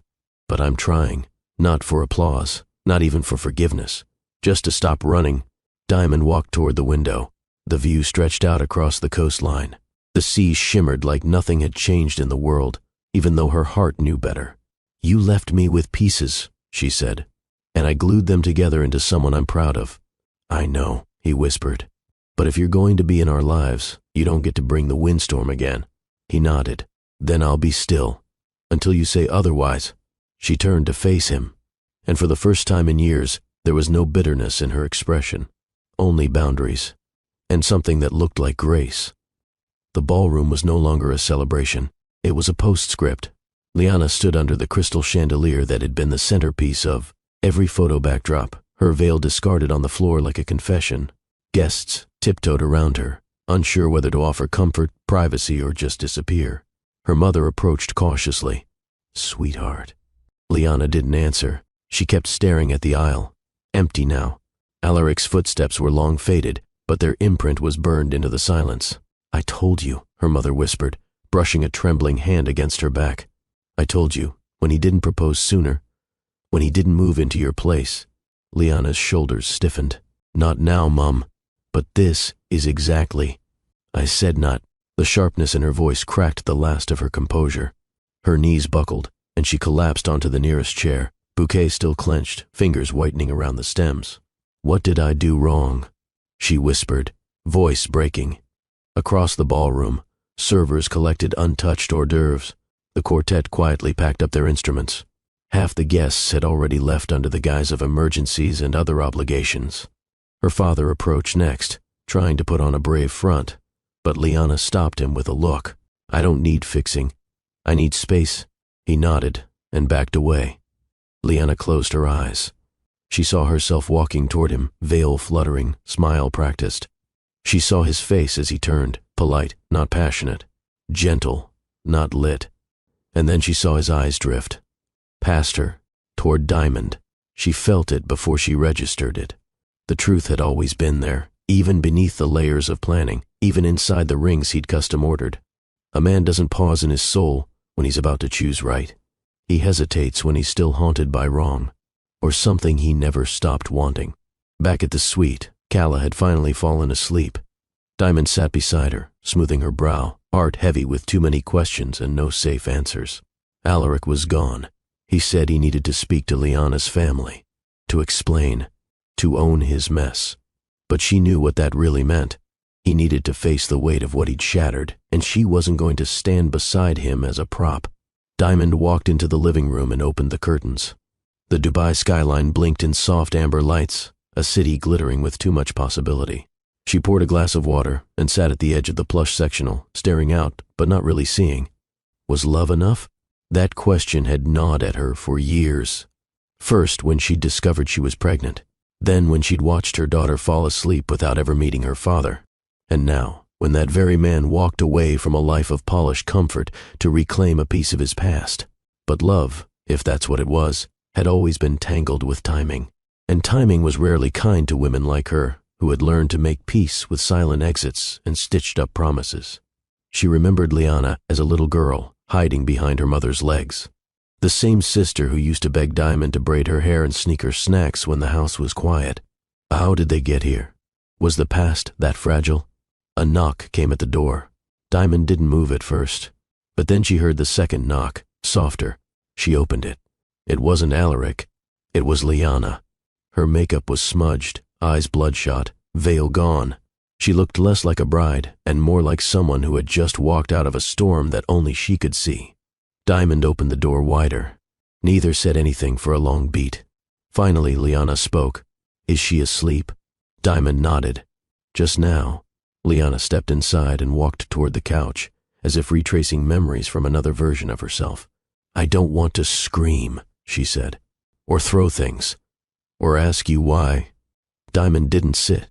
Then, "What do you want?" "I want to be angry," Liana whispered, "but I can't. Because the way he looked at you today, that's the way I used to hope he'd look at me." Diamond sat now. "I didn't plan any of this, Liana." "I know," she said, voice hollow. "And that's the worst part. You didn't try, you didn't beg, you just existed. And he still chose you." Diamond felt the ache bloom in her chest. "He didn't choose me. He chose his truth. That's different." Liana looked at her. Same result. They sat in silence for a moment longer. Then Liana added, "Tell her I'm sorry. She doesn't need an apology." "I do," Liana corrected. "I need to say it. Because I thought I could keep love by force, by schedule, by ceremony. But love isn't a script. Diamond stared at her sister. For all their battles, all their distance, this was the first time Liana looked like a woman and not a rival. "I'll tell her," Diamond said gently. Liana stood. "I won't come around for a while." "I understand, but I meant what I said in the car." Diamond blinked. "What do you mean?" "When I said Calla looks just like him." Diamond's breath hitched. "She really does," Liana said, with the faintest smile. "And it explains everything." She walked to the door, but before opening it, she turned. "Don't let him disappear again." Diamond didn't answer. Liana gave a nod of surrender, then left. Diamond stood in the hallway alone, hand on the doorframe. She wasn't sure if she'd won anything today, but she knew she hadn't lost herself. The headlines came first. Alaric Westbrook resigns from Zephyr Global. Dubai powerhouse CEO steps down unexpectedly.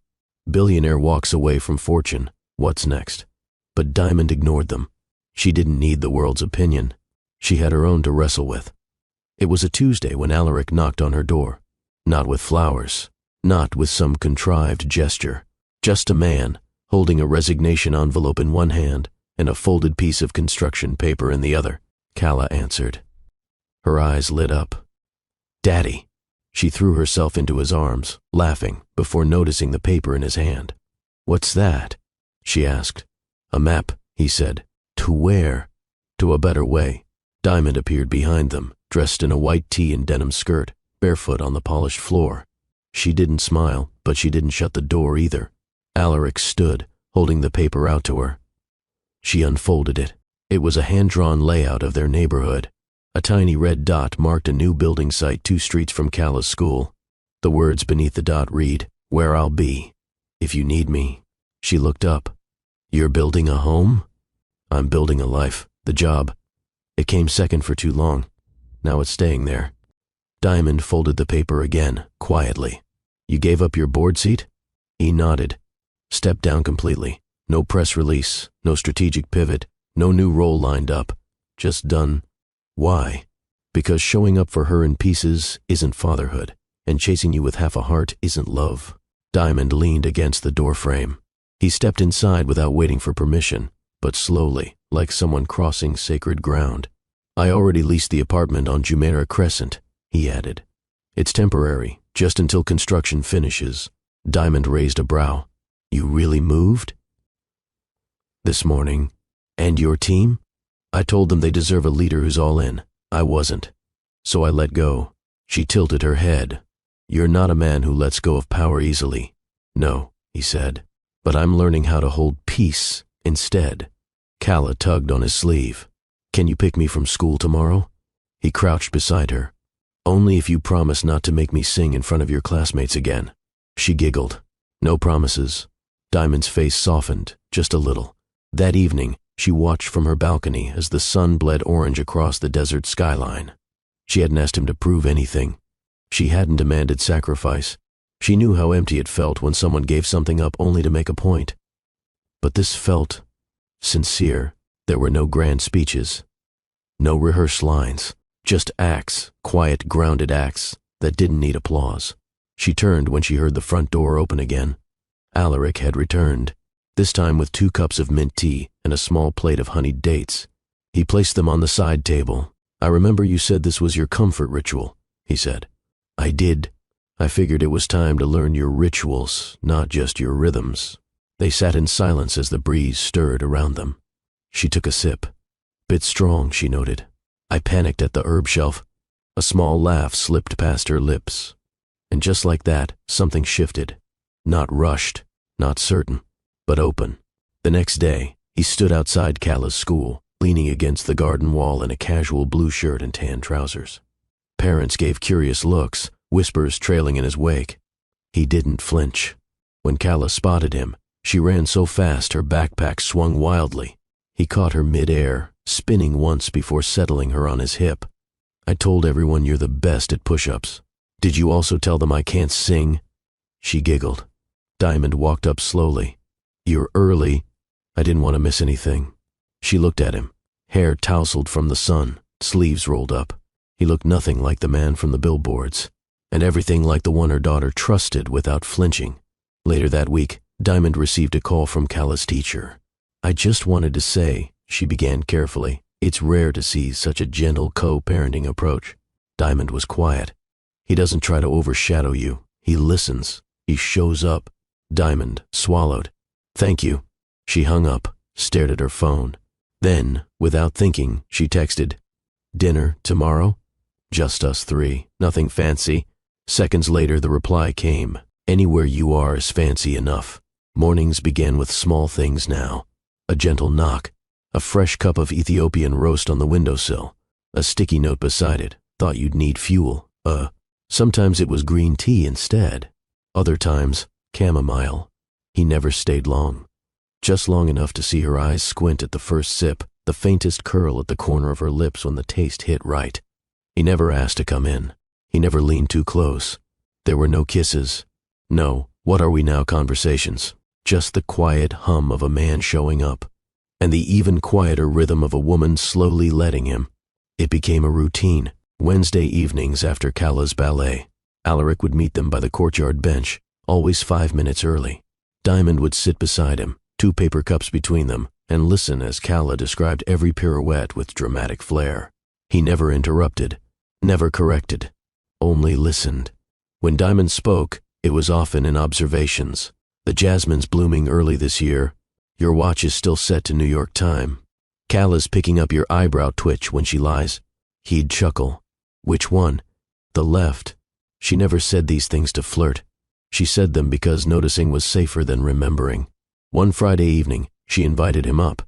Not for dinner, not for anything serious, just to sit on the balcony and watch the city hum beneath the stars.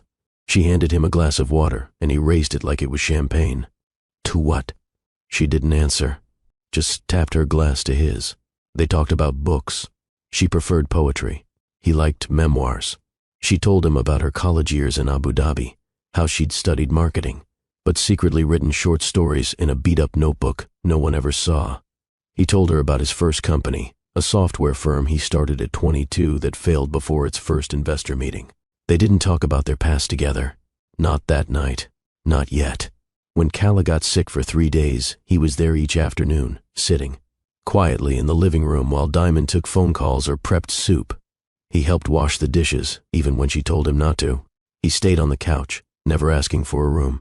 She offered him a pillow and blanket. He folded them neatly each morning and placed them back on the armrest before leaving, always before Cala woke up. Diamond never said thank you. He never asked for one. It was a Tuesday when she finally asked, "Why are you doing this?" Slowly, he looked up from his coffee. "Would you believe me if I said I want to earn what I broke?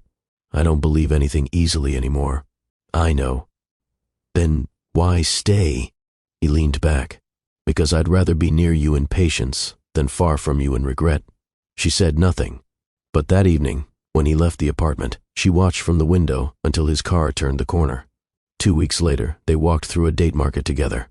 Cala ran ahead, chasing a small vendor cart with rose petal ice cream. Diamond reached for her, but Alaric was quicker, gently steering their daughter away from the street with a soft laugh and a protective hand. Diamond watched him, not like a man returning to claim something, but like one who'd never wanted to lose it in the first place. They didn't hold hands. They didn't kiss beneath the palm trees. They just walked side by side, each step sinking a little more naturally. That night, Diamond lay awake. The apartment was quiet. Cala's soft snores echoed from the next room. The air smelled of roasted almonds and pomegranate. She stared at the ceiling. Something inside her ached, but not the old kind. Not the ache of abandonment, or shame, or bitter longing. This ache was different. It was the ache of wanting to believe again, to trust slowly, to love carefully, deliberately, without the rush, without the noise. She reached for her journal and wrote one line. Slow is not small. It's sacred. The desert stretched quiet and wide. Diamond stepped out of the tent barefoot, her red silk wrap fluttering lightly as the cool breeze brushed against her arms. The dunes shimmered under moonlight, casting shadows like soft brushstrokes across the sand. Cala was asleep, tucked safely inside, her tiny frame rising and falling in the makeshift bed, layered with plush cushions. The glow from the lantern nearby danced across her face, innocent and still. Alaric sat just outside the circle of light, legs stretched, palms pressed into the sand behind him. His blazer lay folded beside him, shirt sleeves rolled, hair tousled from the wind. He didn't look like the man who used to dominate boardrooms. He looked grounded, like he had come home to something far more real than anything a tower of steel and glass could offer. Diamond joined him without a word. They sat in silence, watching the stars drip across the sky like silver ink. No phones, no noise, just the soft whistle of wind and the steady beat of stillness. "Do you remember the last time we looked at stars together?" he asked, voice barely above a whisper. Diamond tilted her head, gazing upward. "Abu Dhabi, freshman year. You brought that tattered telescope you borrowed from the astronomy lab." He smiled. "I lied. It wasn't borrowed." "You stole a telescope?" "Only briefly. Returned it the next morning." She laughed. Soft, real. "You pointed to a cluster and told me it was Orion's sister. I knew it wasn't, but you were crying that night, and I thought a made-up constellation might help." It did. They fell quiet again. The stars above them pulsed, not hurried, not desperate, just present, like them. Alaric reached behind him and pulled out something from the canvas bag he'd brought along. A thermos, 2 copper cups. He poured the dark liquid slowly. "Mint tea," he said, "but I followed your proportions this time." She raised a brow. "No cinnamon?" He shook his head. She sipped. The corners of her mouth lifted. "You're learning." He looked at her, his eyes soft, almost reverent. "I'm trying." Their gazes held, and then he spoke, quiet but clear. "I still love you." The words landed in the space between them, not as a question, not as an offering, but as a truth. Unpolished, undressed, unafraid. Diamond didn't respond right away. She took another sip of her tea. The breeze tugged at a few strands of her hair. Her fingers curled into the sand beside her, grounding herself. She turned to him fully, her eyes not just meeting his, but searching through them. "If you do," she said slowly, "then don't rush to fix what time broke." Alaric blinked. "I'm not here to fix. I'm here to build." She nodded once, then leaned back. "I want peace," she said, "not just love. I want a partner who listens before reacting, who chooses stillness when silence is needed. Someone who waits, not because he has to, but because he honors the process." He leaned in a little. "Then let me wait." "No," she replied, shaking her head gently. "Don't let anything. Just be." He studied her for a moment. Then, without hesitation, he pressed his palm into the sand again, leaning back as he had before, mirroring her stillness. A pause passed between them. Then another. She let herself exhale. Much later, Diamond rose quietly and walked a few steps toward the nearest dune. She stood at its crest, arms crossed, letting the air wrap around her like a prayer.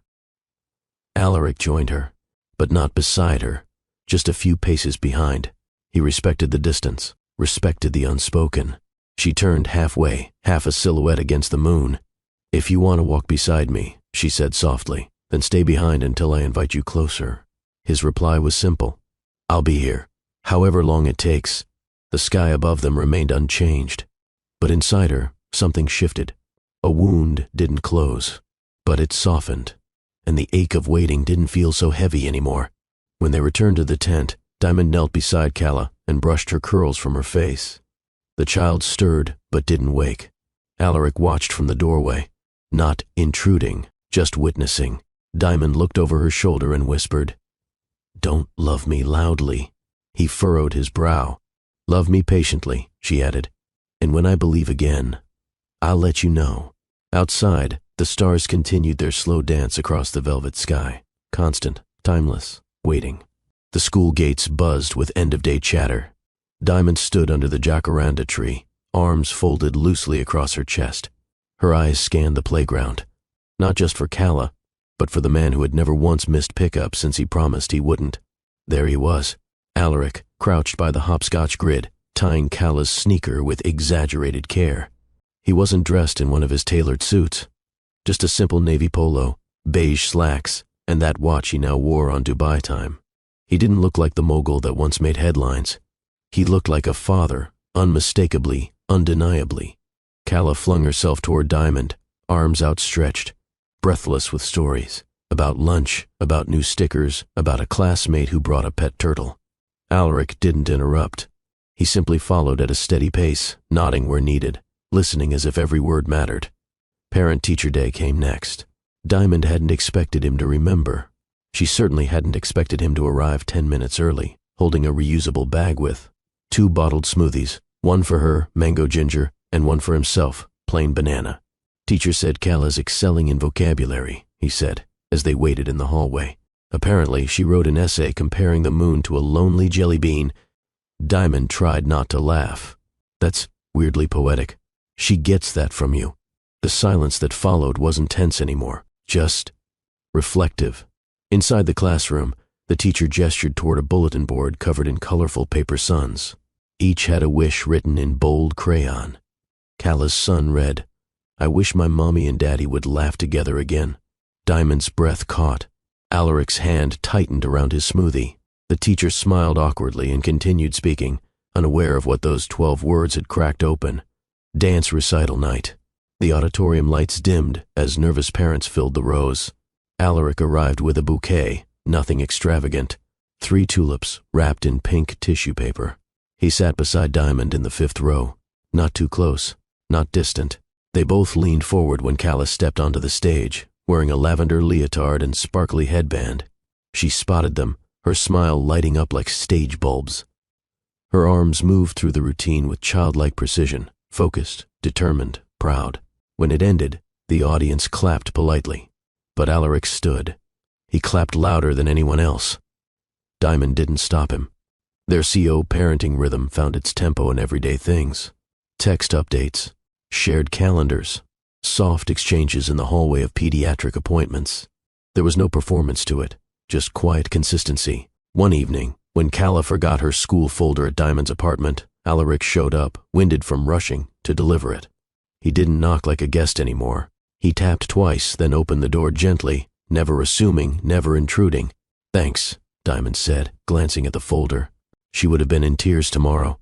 "I remember how that feels," he replied. 2nd grade. Forgot my volcano project. Thought my life was over. She smiled faintly. "You turned out fine." He looked at her, the kind of look that didn't ask for anything, just expressed gratitude. "You turned out extraordinary." Over time, it wasn't the grand gestures that moved her. It was the unspoken, the way he waited outside the classroom until she arrived before walking in. The way he called Cala's hair the sun's favorite shade. The way he asked Diamond about her short story drafts, but never pushed for more if she didn't offer. Once, at a weekend park gathering for school parents, another father commented on how lucky Alaric was to have such an involved Keo parent. Alaric simply replied, "It's not luck, it's my responsibility, and my honor." Diamond overheard. She didn't say anything then. But that night, she reread Cala's wish on the classroom sun, and she smiled, just a little longer. The trust didn't come back all at once. It came in degrees. Like how she stopped locking her phone when he was nearby. Like how she let him take Cala to doctor's appointments alone. Like how she let his name be spoken freely in the apartment, without freezing up or changing the subject. And in turn, he didn't abuse that grace. He didn't fish for memories. He didn't bring up the past unless she did. He just showed up, over and over again. One afternoon, after school, Cala asked if she could visit her friend's home for a sleepover. It was the first time Diamond considered letting her go. They sat together on the couch, Diamond, unsure, and Alaric, supportive. "She's ready," he said gently. "But you don't have to be." Diamond looked at him. He wasn't pressuring, just present. That made her decision easier. "Only if you're the one to drop her off," she said. He nodded, understanding the subtext.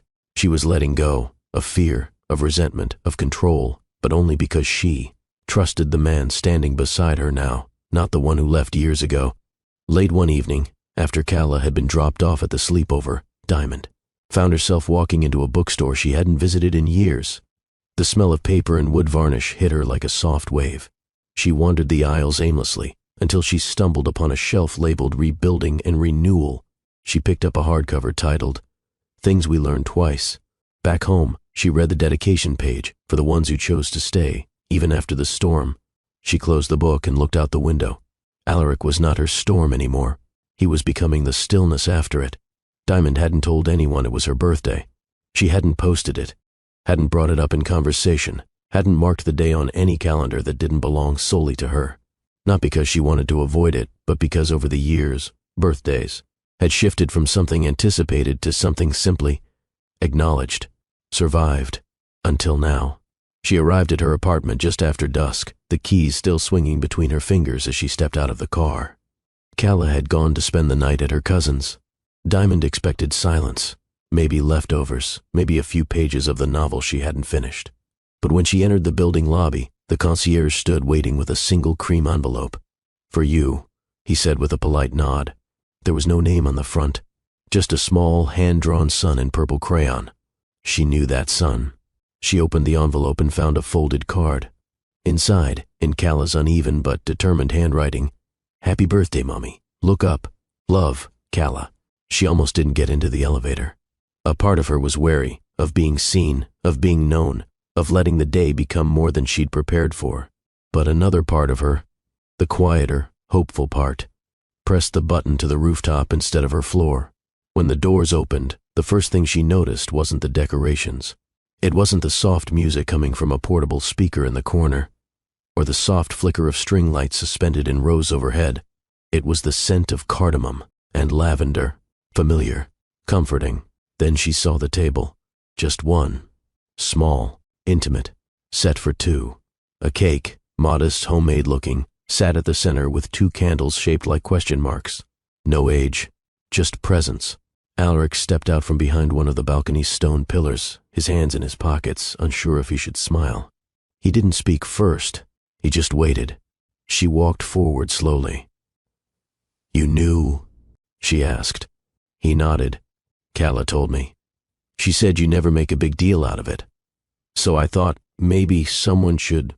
She looked at the setting, the wooden chairs, the low music, the wrapped gift near her plate, the bouquet of dried flowers, wild eucalyptus, white lavender, and a sprig of rosemary.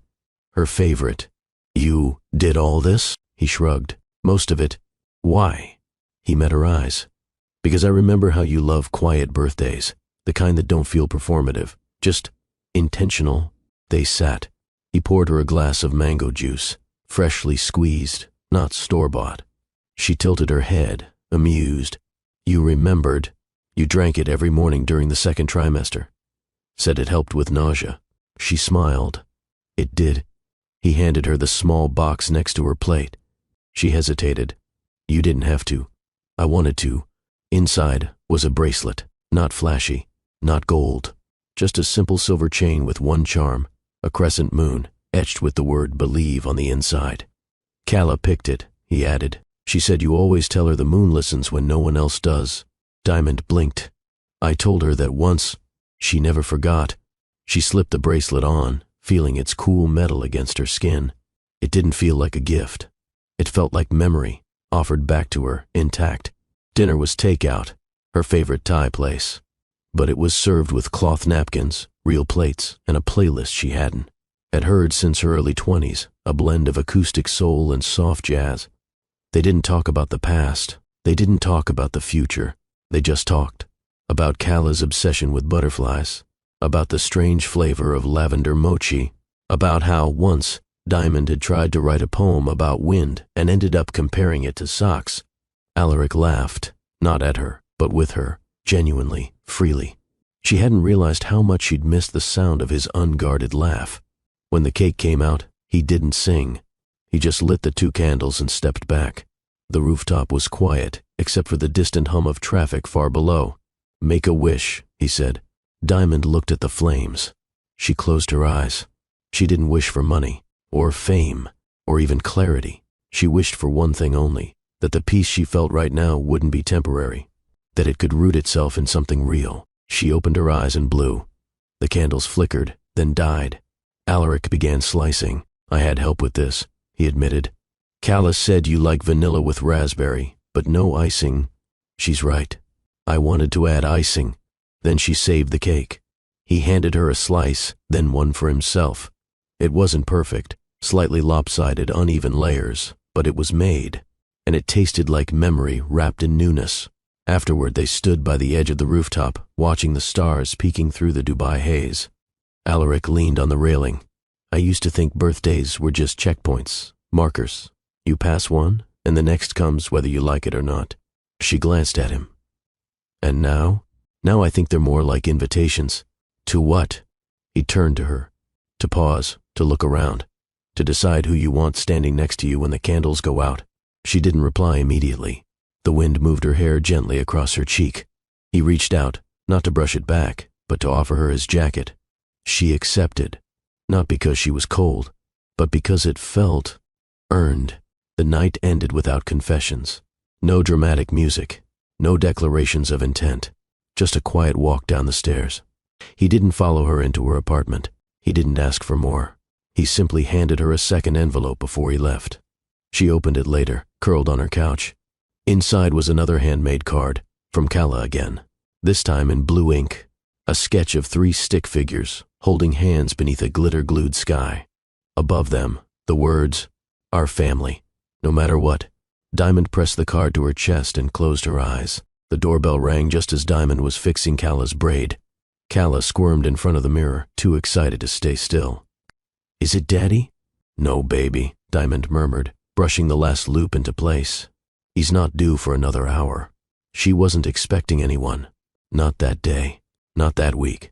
When she opened the door, a familiar perfume reached her first, sharp jasmine with sandalwood undertones. It used to comfort her. Now it struck like a sudden chill. Her mother stood there, suitcase in hand, eyes already scanning the apartment behind her. "Hello, Diamond." Her mother had not visited since before Kala was born. Distance had turned into silence, and silence into a careful kind of estrangement.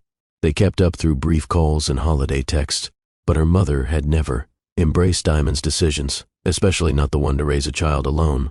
She stepped inside, uninvited but assured. Kala peeked from the hallway. "Grandma." The woman's face softened momentarily. "You've grown." But then her gaze returned to Diamond, critical and cautious. "Where is he?" she asked, voice clipped. Diamond already knew who he meant. They sat in the living room, tea untouched on the table. "He's been around," Diamond said, voice even, helping with school pickups, doing bedtime stories, being present. "And you're letting him back in?" Her mother asked, brow raised. "Just like that?" "It's not just like that." Her mother leaned back. "Men like him don't change. They revisit, they romanticize, they insert themselves when it's convenient, and you—" "I'm not naive," Diamond cut in, gently but firmly. "I've been burned. I've walked through that fire. But this isn't about romance. It's about Kala. That little girl deserves stability," her mother snapped. "She's getting it," Diamond replied, "because he's finally offering something consistent, and I've set the terms." Her mother stood and began pacing. "You think you can build a family on memories and apologies?" "No," Diamond said. "I think you build it on effort, on showing up day after day, on fixing, even if it takes years." Her mother turned to her, arms crossed. "You're choosing him. I'm choosing us." That night, the air hung heavy, even after the apartment went quiet. Kala had gone to bed humming the tune Alaric taught her, something soft and old and full of longing. Her mother had taken the guest room but left her door partially open, as if daring Diamond to enter and reconsider everything. Diamond didn't. Instead, she sat on the balcony, wrapped in a blanket, phone in her hand but no one to call. She wasn't looking for validation, only clarity, and she had that now. The next morning, her mother sat at the kitchen counter while Diamond poured 2 cups of black tea. No sugar, no milk, the way her mother had always preferred. "I see him," her mother said after a long silence, "in the way Kala draws stars beside her name, in how you hum when you're nervous, in how you watch the door before you open it." Diamond didn't respond. "I don't trust him," her mother continued, "but I don't have to." Finally, Diamond met her gaze. "This is our family now," she said. "It's not perfect, but it's ours." Her mother nodded, once, "Then make sure he earns it." Later that evening, when Alaric arrived to take Kala out for ice cream, her mother stood at the threshold with folded arms. He paused. "Hello, ma'am," he said, polite but steady. She looked at him long and hard. "You left them?" He nodded. "I did. Why come back?" "Because I realized what I'd lost." Her mother's eyes narrowed. "Words are easy. I'm here to prove them wrong. She stepped aside, just enough to let him in. No forgiveness, but maybe space. And sometimes, space is the first mercy. The morning sun filtered through sheer white curtains, casting soft gold across the floor of Diamond's apartment. The scent of vanilla lingered from the lit candle on the vanity. In the bedroom, dresses lay in a delicate heap: satin, tulle, lace, all shades of moonlight, pearl, and champagne. Calla stood on the bed, barefoot, arms crossed as she surveyed the options like a miniature fashion executive. "This one has sparkles," she said, pointing with a dramatic flourish. Diamond turned from the mirror and smiled. "You always go for sparkles." Calla tilted her head. "But this one feels like dancing." She twirled once, imitating a runway spin, her curls bouncing with each step. Diamond laughed softly. "And what makes a good flower girl dress?" Calla jumped off the bed and padded over to the dress rack, fingers grazing the fabrics with care. "It should feel like flying when I walk." Diamond crouched beside her. "Is that so?" Calla turned, eyes wide with anticipation. "Can I be your flower girl?" Diamond paused, heart squeezing gently. "You want to?" Calla nodded, suddenly solemn. "I want to walk before you, so you don't feel nervous." Diamond kissed her forehead. "Then you'll be my bravest little flower girl."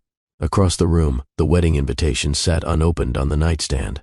There had been no grand announcement, no press release. This ceremony wasn't built for spectacle. It was stitched together from small decisions, quiet moments, shared trust. The venue was a rooftop in Alquoz, modest, tucked between galleries and cafes. There would be no violins, no flash photography, just those who mattered. Diamond adjusted Calla's tiny sandals, her fingers lingering at the straps. "You know," she whispered, "you weren't in my life when I imagined my wedding." Calla looked up, curious. Was it going to be boring? Diamond chuckled. "No, just different." Calla grinned.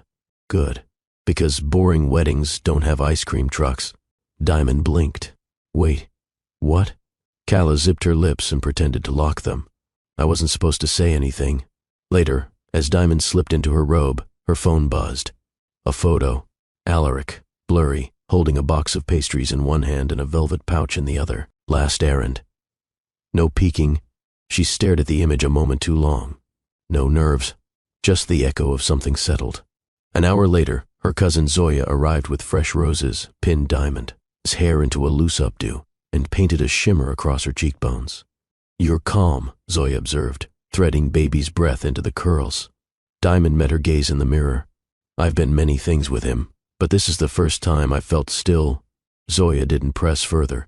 She didn't have to. They both knew the road hadn't been linear. Love rarely was. Calla returned wearing her final pick, a soft ivory dress with petal-shaped layers that swayed when she walked. A satin sash tied at her waist, a wreath of jasmine in her hair. Diamond crouched to her height again, voice tender. "You look like sunlight." Calla placed both hands on her mother's cheeks. "You look like the moon." Diamond swallowed the lump in her throat. "I think I'm ready now," Calla whispered. Diamond straightened, brushing invisible lint from her daughter's shoulder. "Then let's go get married." The elevator ride down was quiet. Calla held a tiny basket with petals she had arranged by color, orange, yellow, and deep red, like the desert horizon. Diamond watched her daughter press her nose to the mirrored wall, fogging it with a giggle. She wanted to freeze this moment, not because it was perfect, but because it was earned. Outside, a black SUV waited. No ribbons, no white bows. Just clean lines, soft music, and a driver who smiled at them like they were royalty in disguise. Calla insisted on sitting in the middle seat so she could reach for both her mother's hand and her basket of petals. As the skyline rolled past, Diamond looked out at the desert in the distance. It wasn't just scenery anymore. It was the backdrop of her becoming, of breaking, of rebuilding, of love rewritten. The Dubai night opened like a velvet curtain. No skyline, no city noise, just stars, steady and unapologetic, blinking above the dunes. Soft lights hung from a delicate wooden frame, strung between two palm posts staked in the sand. Aisleless, crowdless, no pews, no altar, only stillness and breath. The desert, in its sacred hush, bore witness. Calla walked first. She dropped petals one by one, her tiny hands careful and confident, a trail of color behind her. At the end of her path, Alaric waited. No tuxedo, no boutonniere, just a pressed linen shirt, sleeves rolled to his elbows and eyes fixed ahead like his soul had found anchor. He exhaled as he saw Calla finish her path, then kneeled to arrange the last few petals into a tiny heart. Diamond stepped into view.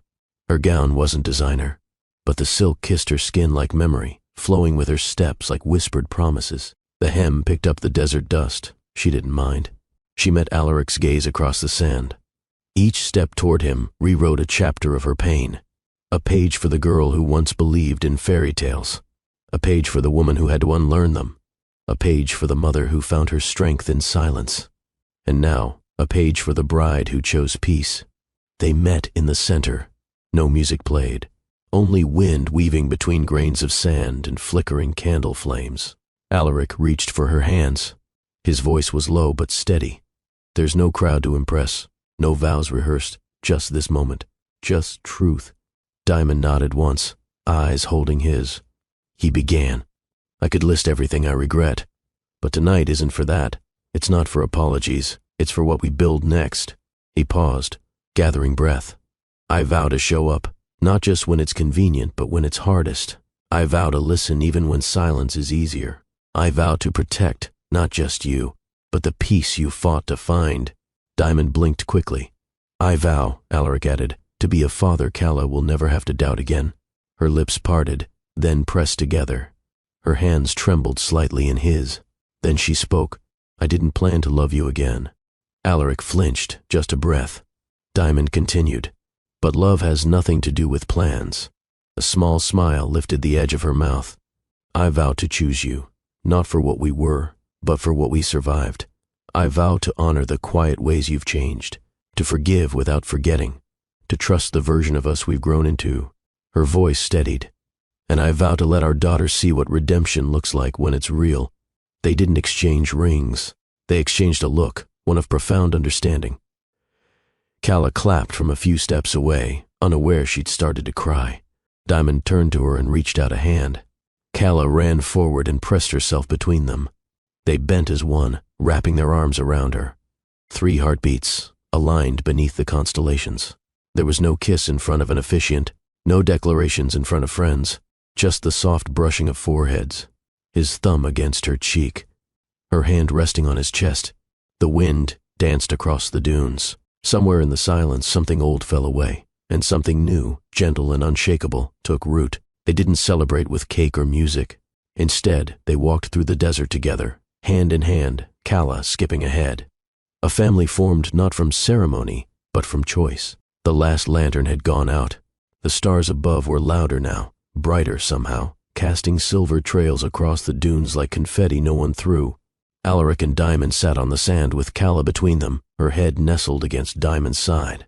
She had fallen asleep sometime between her 4th story and 2nd. Yawn. Her curls were soft against Diamond's shoulder. Her small hand rested on Alaric's thigh, fingers twitching with dreams. The desert had gone quiet. Just a soft breeze brushing over them, wrapping around the moment like a lullaby. Diamond pulled a blanket over Calla's legs and tucked it close. She's out, she whispered. She danced hard, Alaric murmured. She smiled harder. Diamond looked at him. Not just looked. She saw. The man beside her was no longer the one who walked out years ago. He was the one who stayed when it mattered most. Alaric shifted his body, moving carefully so as not to wake Calla. He reached into his pocket and pulled out something small. Diamond raised a brow. He opened his palm. It wasn't a ring. It was a folded note, creased and worn, with her name scribbled in his handwriting. I wrote it a year ago. After that first night you let me walk Calla to class. Diamond didn't move. He placed it gently in her hand, fingers brushing hers. She opened it. The words were short. I'm not asking for forgiveness. I'm praying for another chance to prove I deserve it. Diamond exhaled, slow and long. I almost tore this up, she said. Why didn't you? Because it sounded like truth. He nodded. The stars shifted above them. He looked at her again, more cautious than before. What do you see when you look at me now? Diamond didn't answer immediately. She traced a pattern in the sand, eyes focused on the motion. I see Calla's father, she said, and I see... The man I wanted the first time, finally ready. He blinked once, as though bracing. Then, softly, "Do I still scare you?" Diamond turned her face toward him, lit faintly by the moon's glow. "No," she said, "but I scare me." "Why?" "Because I never wanted to need anyone again." His silence didn't press her. It held her. She glanced down at Calla, asleep between them, then looked back up at him. But maybe I was wrong. A hush settled again, a pause, not for drama, but because words suddenly felt too small. Alaric reached for her hand. She let him take it. Fingers laced. She leaned in, ever so slightly. He mirrored her. When their lips met, it wasn't desperate. It was deliberate. A vow, sealed without witnesses. A promise not shouted, but whispered. The kiss held time, held forgiveness, held the quiet power of two people who had lost everything and still, somehow, found each other again. When they pulled back, Diamond's forehead rested lightly against his. "Worth the wait," she said. Alaric smiled, not wide, but deep. Yes. They sat like that for a while longer, not talking, not planning, just breathing, just being.